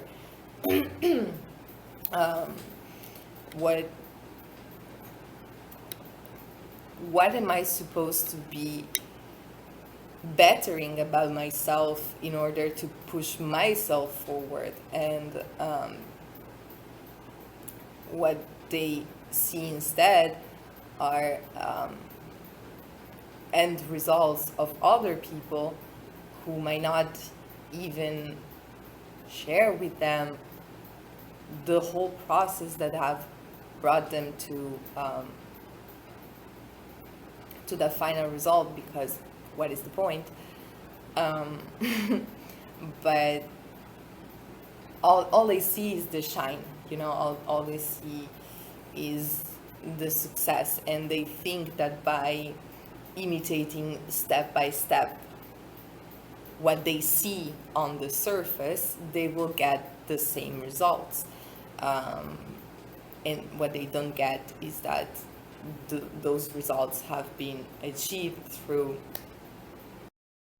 Okay, so the battery of my phone went off. So I am now moving to probably the most uncomfortable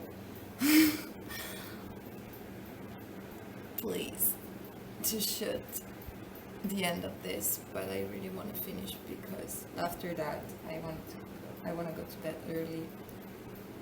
I have gardening to do tomorrow and a whole bunch of stuff. So group 3, I was talking about the need for being a... What? I was talking about the importance of being aware of what are the intentions of other people around you. Because yes, I was saying that it is very human if you are not used to rely on yourself for creation, for decision making, for whatever, and to try and leech from other people. That is what we are being taught as well, from the media, from movies, from a whole lot of cultural content, you know.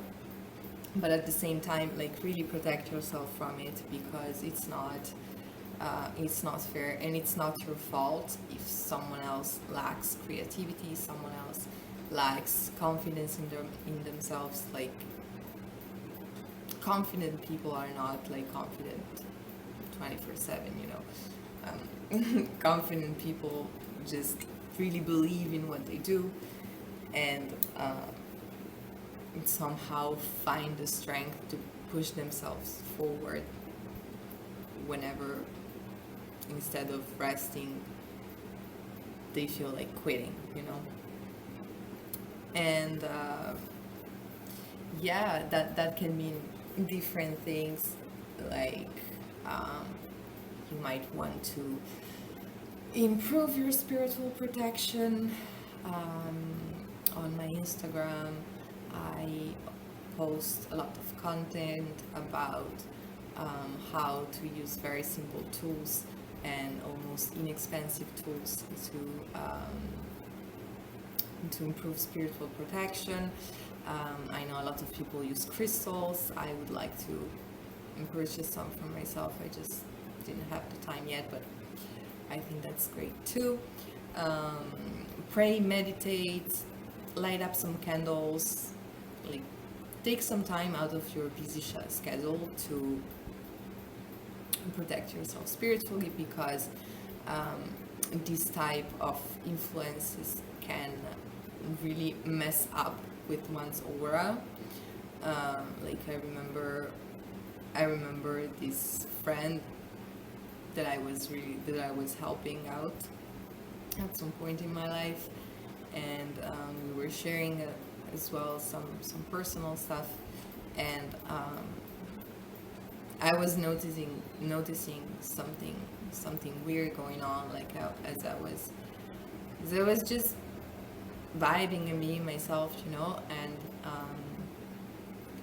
like, a need to keep me trapped. Like, we would share whatever, and then I would go about my day, and 5 minutes later there she was, like, bothering me again and again to know more, to talk more, to convince me, blah, blah, blah.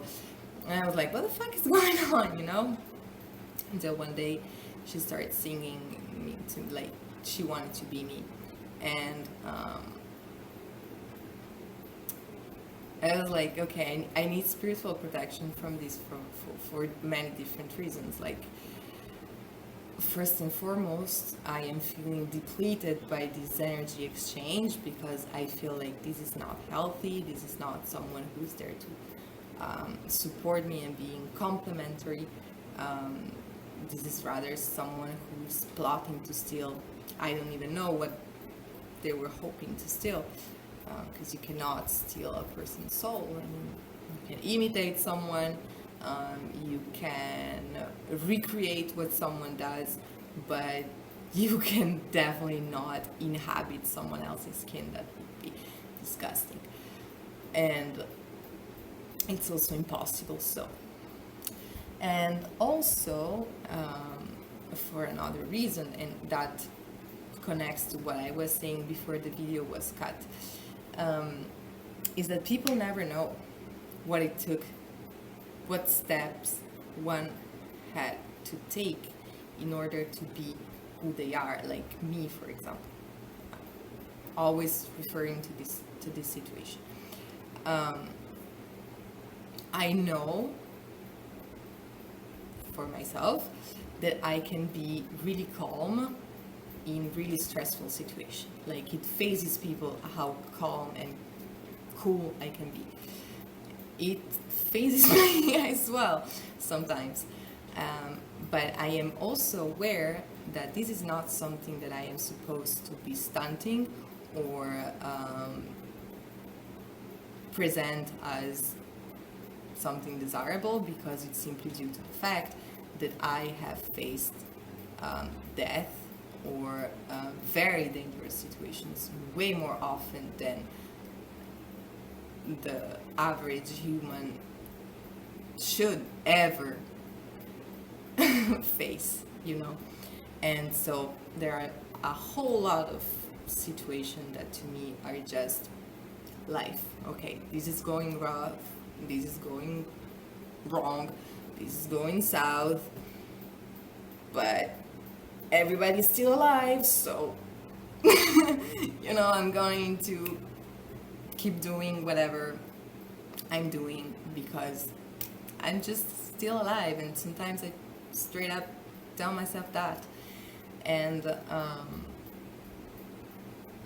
I am also, from an ethical point of view, like the spiritual counselor me is also aware that presenting that as something desirable, something that someone should want and achieve in their lives, is quite dangerous, because really do you know what it takes to be this?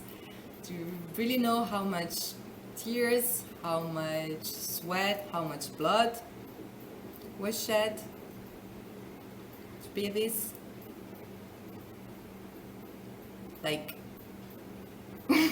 Consider things through. Okay. What else? But yeah, that is just something, like a little small detail about how I maneuver. On a general level, we are not supposed to care if someone else is stealing from us and they end up facing negative consequences from that. That's on them, 100% on them. Best thing you can do is advise people not to. Best thing you can do is protect your work by making sure that everything that is public is signed with your name on it, that you know where your stuff is, you know where your most important documents are, you know that you have the originals, for example, of an idea that you are trying to put out, and all of a sudden you see 10 other people from your environment, from your close environment, who are trying to push a similar idea by accident. And so let them. If it can also be that by pure chance you are meeting someone in your very close proximity who is moving in your same direction, and that might also be a good occasion for a partnership. But in most cases, what is being said is that I'm really getting heated up, because this is a very important topic for me.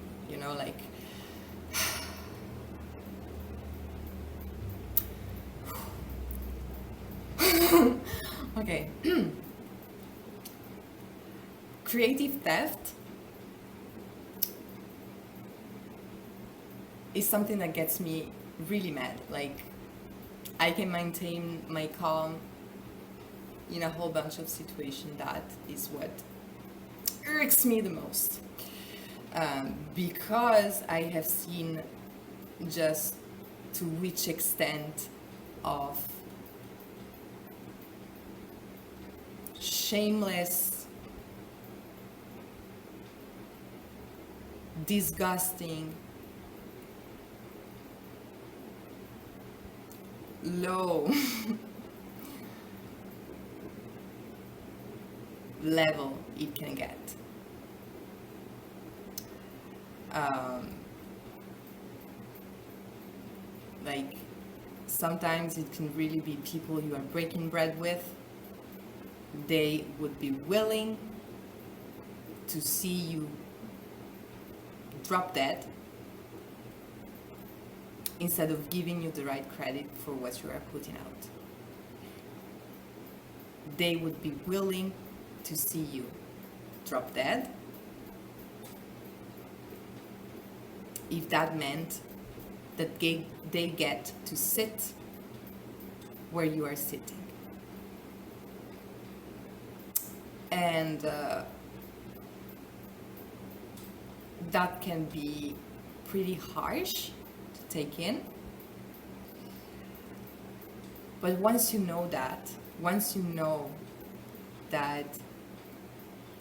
these people are not there to support your survival, these people are not there to support your success, and don't engage with them. Don't give them nothing. If they want to copy, they can copy. I mean, I was always okay with letting classmates copying my assignments, okay? I was always okay. On one side, because I am cool like that, for real. Like I know I am an excessively nice person sometimes.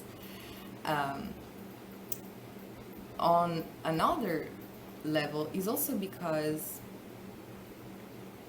what they can't copy is how you got to get the answer to do that assignment.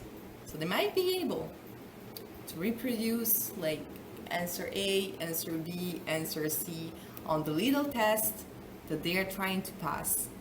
That might not even the best test for them. They might have self-imposed that test just to compete with you, okay?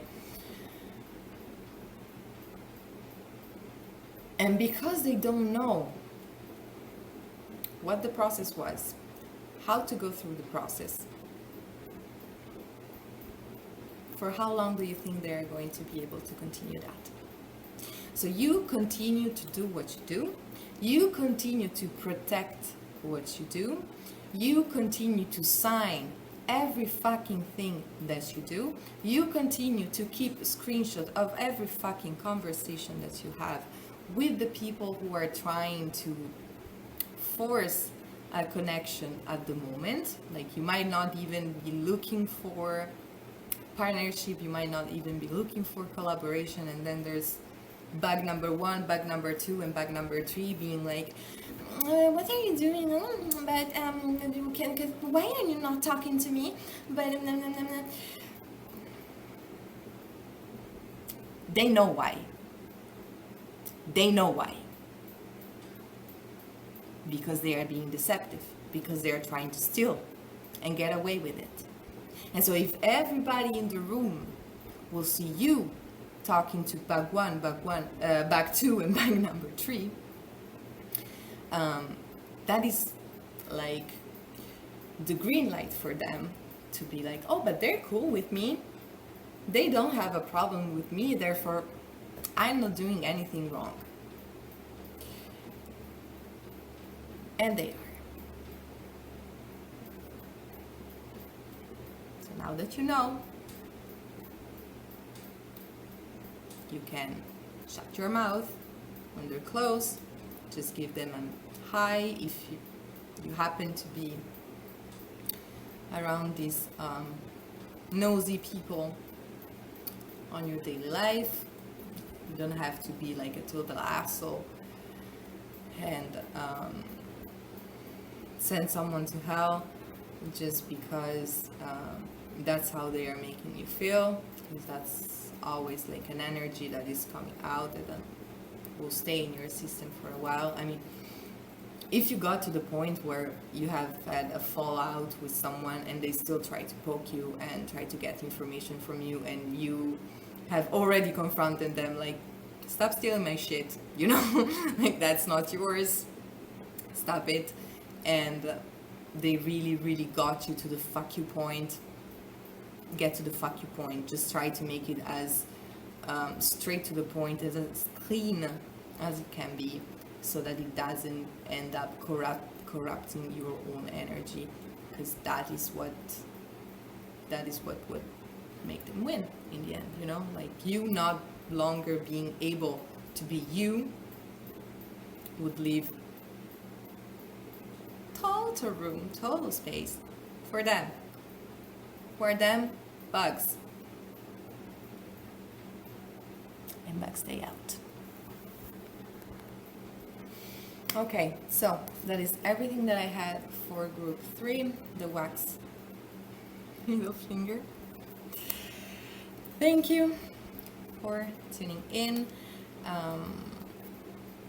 If you're staying, see you in group 4.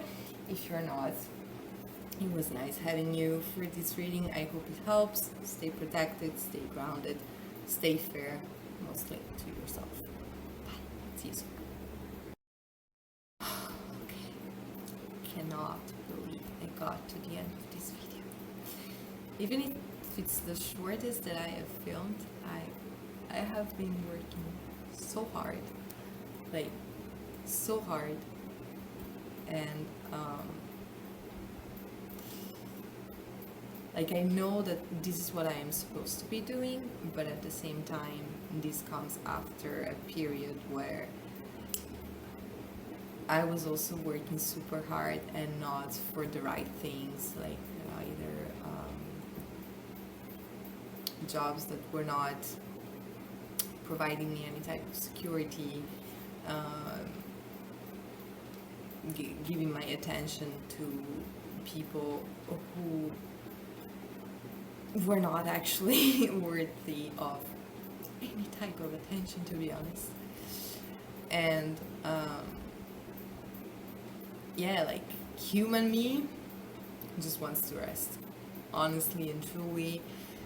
I just want to be on an island, and I work and I live and I live in the Caribbean, like I live just near the sea, okay? So in order for me to want to escape, it really means that I'm pretty tired. But it's okay. I am resting. I am taking the time to rest. I am being conscious of the fact that I am dealing with exhaustion, that I must keep going forward, but I also need time to recharge, and that's non-negotiable. So group number 4, you have chosen the double knives. This is one of my favorite objects ever. I bought myself this for Christmas. Yeah, I was like, I'm going to buy myself something nice. And yeah, since I was raised among swords, that's where my eyes tend to go. I also look at shoes and everything. I mean, I like being girly from time to time, but I also have like this side of me. And plus, I am working to integrate that into some art performance, and so yeah, I'm really super happy of my double knives. So group 4, double knife.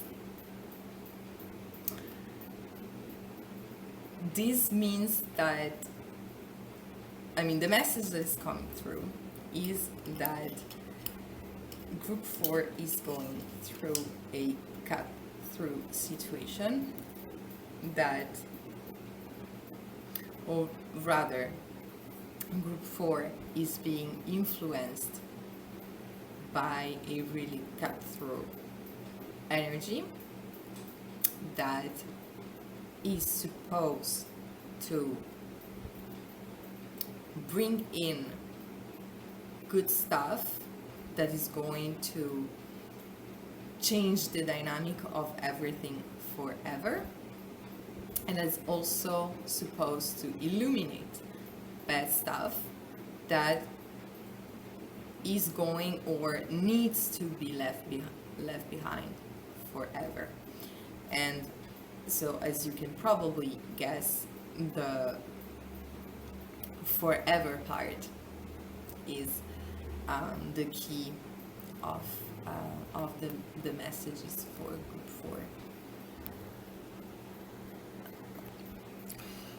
4. Okay, so first scenario, the good forever. Let's start with the candles for once.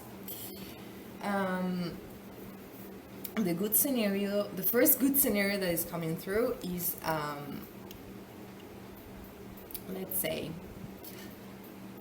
after having worked really hard to manifest a, this is distracting me. After having worked really hard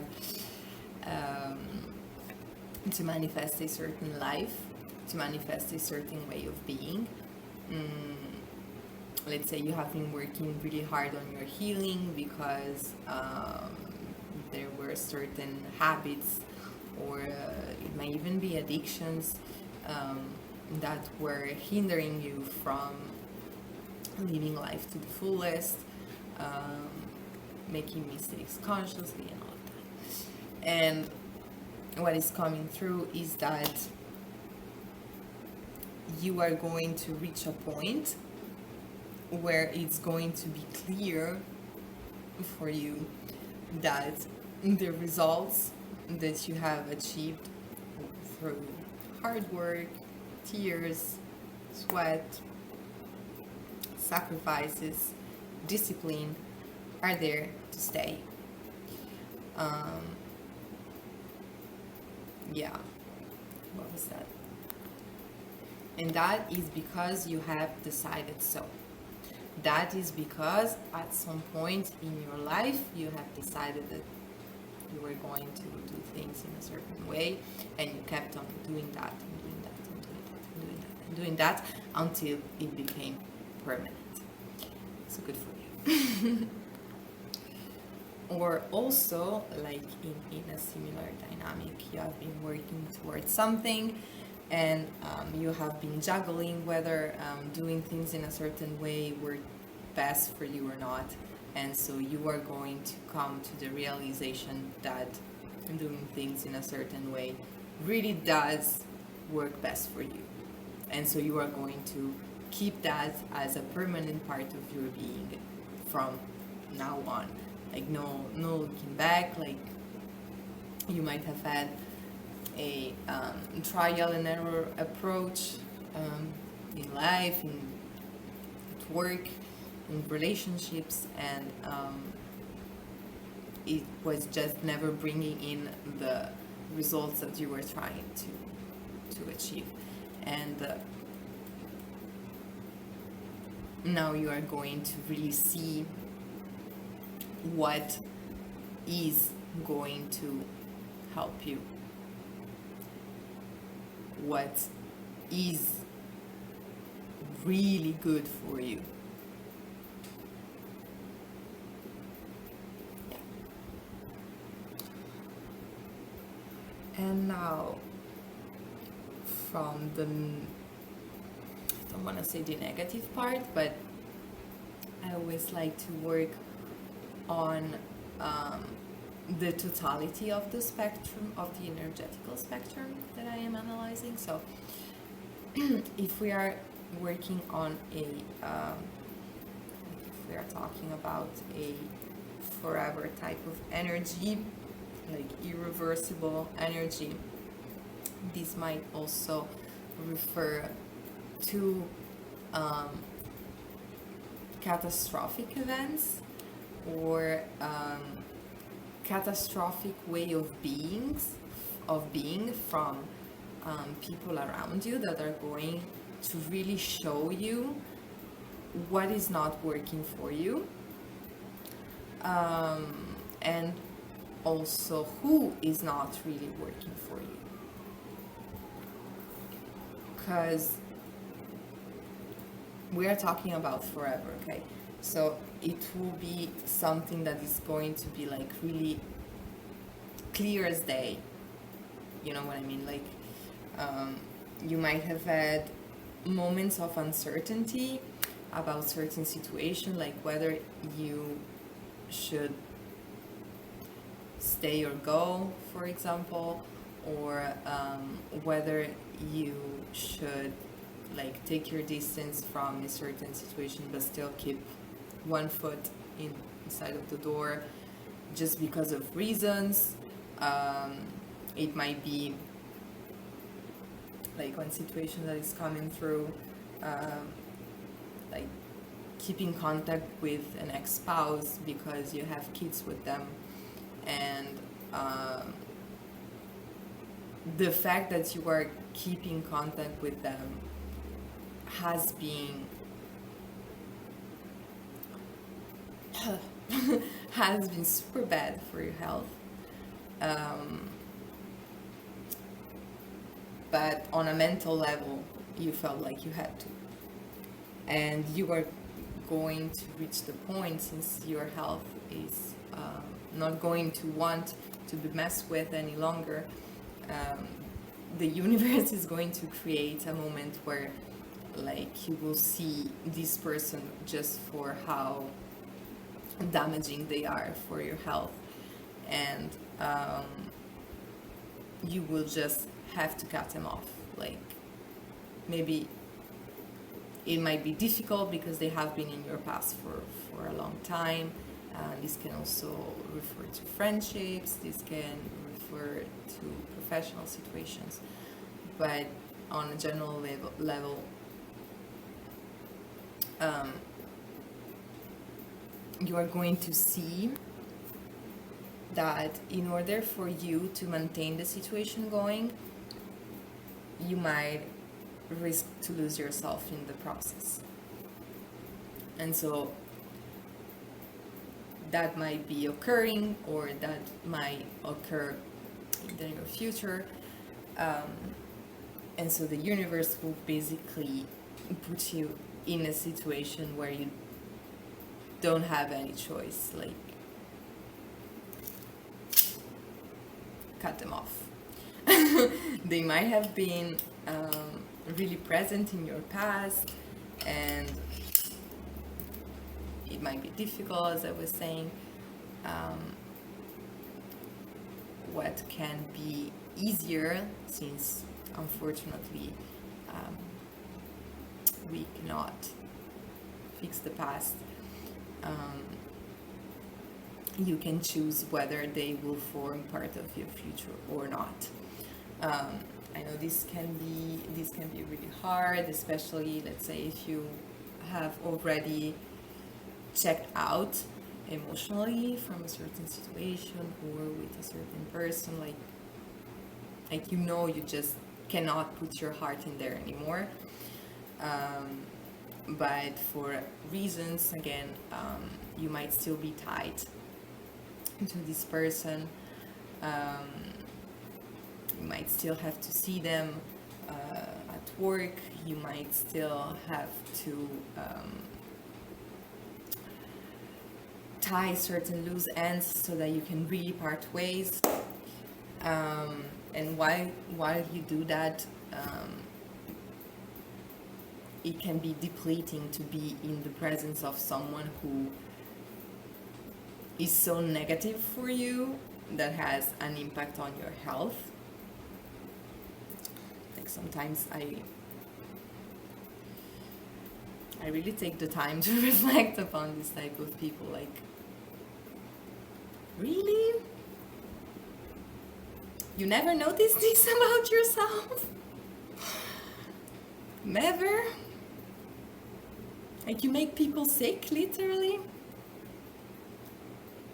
It does never occur to you that you might change things or two, but that's just me. And so what I was saying is that it can be difficult, and if it's difficult, it doesn't mean that it's not possible. It does only mean that it might have to be a gradual process. Like, there's this really fun game that I do. It's called Hangman the Motherfucker, and so basically it consists in eliminating information of the person from my personal space, my personal devices, everything, like bit by bit. Let's say I was talking about this situation where your heart already knows that well, I don't really fully understand what's going on there. What I do know is that I don't want to be a part of it. And but your physical reality is still in the presence of that energy, you know. And so you might still have like connecting objects, or have them on social media, have shared content on social media, or have messages or number on their phone, on your phone, on computer, and all of that. So one fun way to really start separating your energy from someone is to start deleting all of that, like piece by piece, every time that you are forced to get in contact with them. Because if you are still in contact with them, perhaps life is really trying to get you to the breaking point where you just cannot longer stand to even perceive them breathing, you know. And so, you know, the game, like the hangman, where you start like adding a line whenever you get a new letter or something like that. So whenever this person tries or starts to trigger you again, bother you again, trying to project their toxicity on you, first of all, continue removing yourself from their energy, and then you can play this fun game and just go and erase one piece after the other, and just like use the intention to really feel the energy, their energy, leaving you, leaving your body, leaving your aura, leaving everything. Like, yeah, it can be an efficient way, and also a very simple way to create the separation movement, even at the time where the physical separation might not be 100% possible. And that is, of course, with the idea in mind that the goal of this process is to get to the point where you are able to cut the bitch off. Like, I tried to state that this was my lane. I tried to state that that was your lane. I tried to have adult exchanges with you, like, as long as you do you, I do me, and everybody's fine. And but since like the people or the person in under the analysis right now might be really, really toxic, the goal, of course, is to get to the point where you are able, also on a practical level, to walk across the room and be like, that's mine too, that's mine as well. I'm going to collect everything and bring it to another space where it fits better. Doesn't have to mean that you should mark your way out in a fit of rage just to show everyone that you are done with whatever. You can still be polite. I'm not going to say nice, but polite. Show discontent, show how unhappy you are with the situation, without trying to create more chaos, because this might refer to a whole different bunch of situation. And in the beginning I was talking about catastrophic events. I really, really hope that I am not talking about like real catastrophic events. That is also part of life, so if that is the case, sending you much strength. I know that surviving really strong and shocking things can be a really difficult process, so I really hope that this is not the size of the event that is going to take place, but still we are talking about really visible stuff, like let's say if someone was being disrespectful towards you, and but in a covert way, just giving you backhanded compliments or trying to make you second guess whatever you were trying to say. The catastrophic event might be them being openly disrespectful to you and really get you to the point where, okay, you wanted to trigger the poison is now out. That type of dynamic. Or someone was trying to do like sneaky stuff under your nose, like you knew, but you also didn't really care, so you let it slide until it became obvious that what they were doing, like that they were doing that to get your attention. And so you might have to get to the point where, yes, okay, I'm going to give you my attention, but only to tell you that I don't give a fuck about your existence and you should move on. And you know, if you're like me, like I know how to cut people off. Like if I have to be an asshole, it takes me, I'm not even going to say 30 seconds, it takes me 15 seconds to just see how I can make someone cry. Now, my personal values are different. Like I don't get any type of pleasure of it. Quite the opposite. If I get to the point where I need to buy into negative energies to defend myself, I always have to balance after, like cleanse my spirit, cleanse myself, because it really stucks with me. It gets stuck with me, and that's not who I want to be. And so, because I know that of myself, I also practice a lot of self-control. Like I really, really take the time to pick my action, to select my actions in order to make sure that they reflect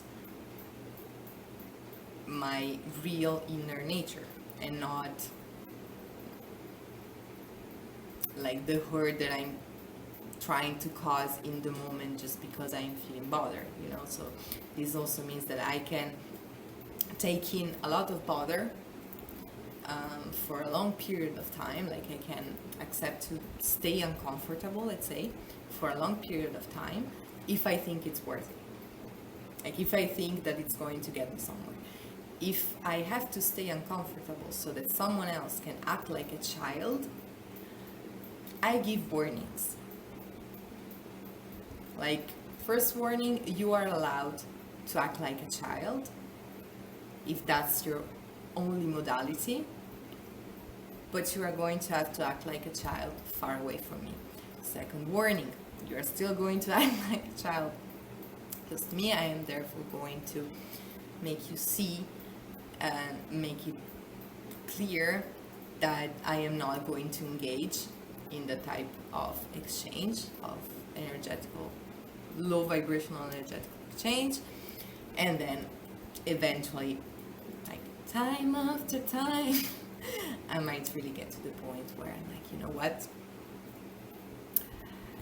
I don't like you. I don't like what you do. I have zero interest in knowing more about what you do, and you just jumping around my space so that I look in your direction is just causing me issues, because what I'm seeing I am not liking. And you wanted to know, now you know. And just make sure that it's really necessary, like brutal honesty. Like I practice that with myself sometimes, like to self-trigger, to self-heal and everything. But yeah, just as I was saying, if you gotta take out the knife, like that you have to, go ahead. Just make sure that afterwards, clean it, sanitize, whatever, and you put it away in a safe space, because that's how you make sure that weapons are preserved and can last a long time. Okay, that was everything that I had for my group 4. I hope that it helped. And yeah, just if it's really going to be hard, just remember that at the end, like beyond the dark wall that is being put in order to make you bring out your inner warrior, there is something better. There is something else. Whatever you were trying to achieve, whatever you were trying to reach is there. It's just that life is not as linear as we would like to sometimes. And I know I would love to wake up and just be like, oh, and choo, and things just fall on my head, but it doesn't work that way. If you work with the universe, you might have to give something in order to receive something, and sometimes that giving something is teach someone else a hard lesson. So yeah, stay strong, stay ethical, stay grounded. You got this. And yeah, thank you for tuning in. And yeah, I might have something else to add. Let me think. Yeah, I think there is one last precision, because I was closing with sometimes the universe is asking you to teach someone else a lesson. Like, it sounded really arrogant. So even if sometimes it's really what happens, just make sure that the lesson that you are trying to pass through is a lesson about respect and not a lesson about destruction. Like, if you come for me, I will show you that I don't accept this, that I will not support any lie created around me so that you can feel better about yourself. And I will do that without having the need to bring you all the way down. If you are capable of doing so, like I know I'm capable of doing so, like 100%. If there's one thing that I can trust, that I can put my trust on, is how capable I am of being an asshole. I have been an asshole in my past. I don't want to be that person anymore. But if you have to make them feel that you are capable, if needed, do that. Just make sure that your intention is to send a message of self-respect rather than a message of exterior destruction. Okay. Now I'm really done. Thank you.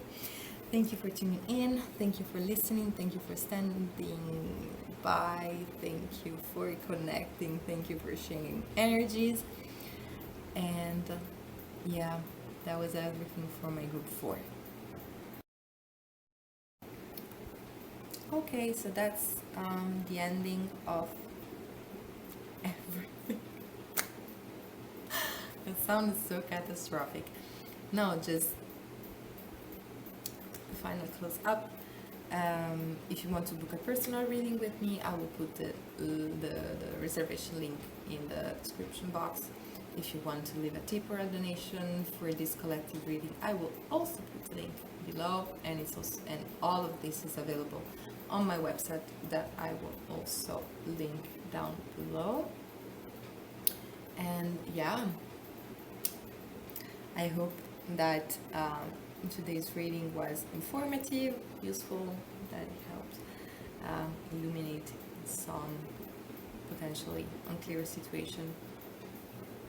And I am going now to finish my day with my beautiful horse t-shirt that I have bought from the thrift store, specifically because I do not own a horse. Yes, sometimes I am nonsensical like that, and I'm okay with it. Okay, thank you. Bye. See you soon.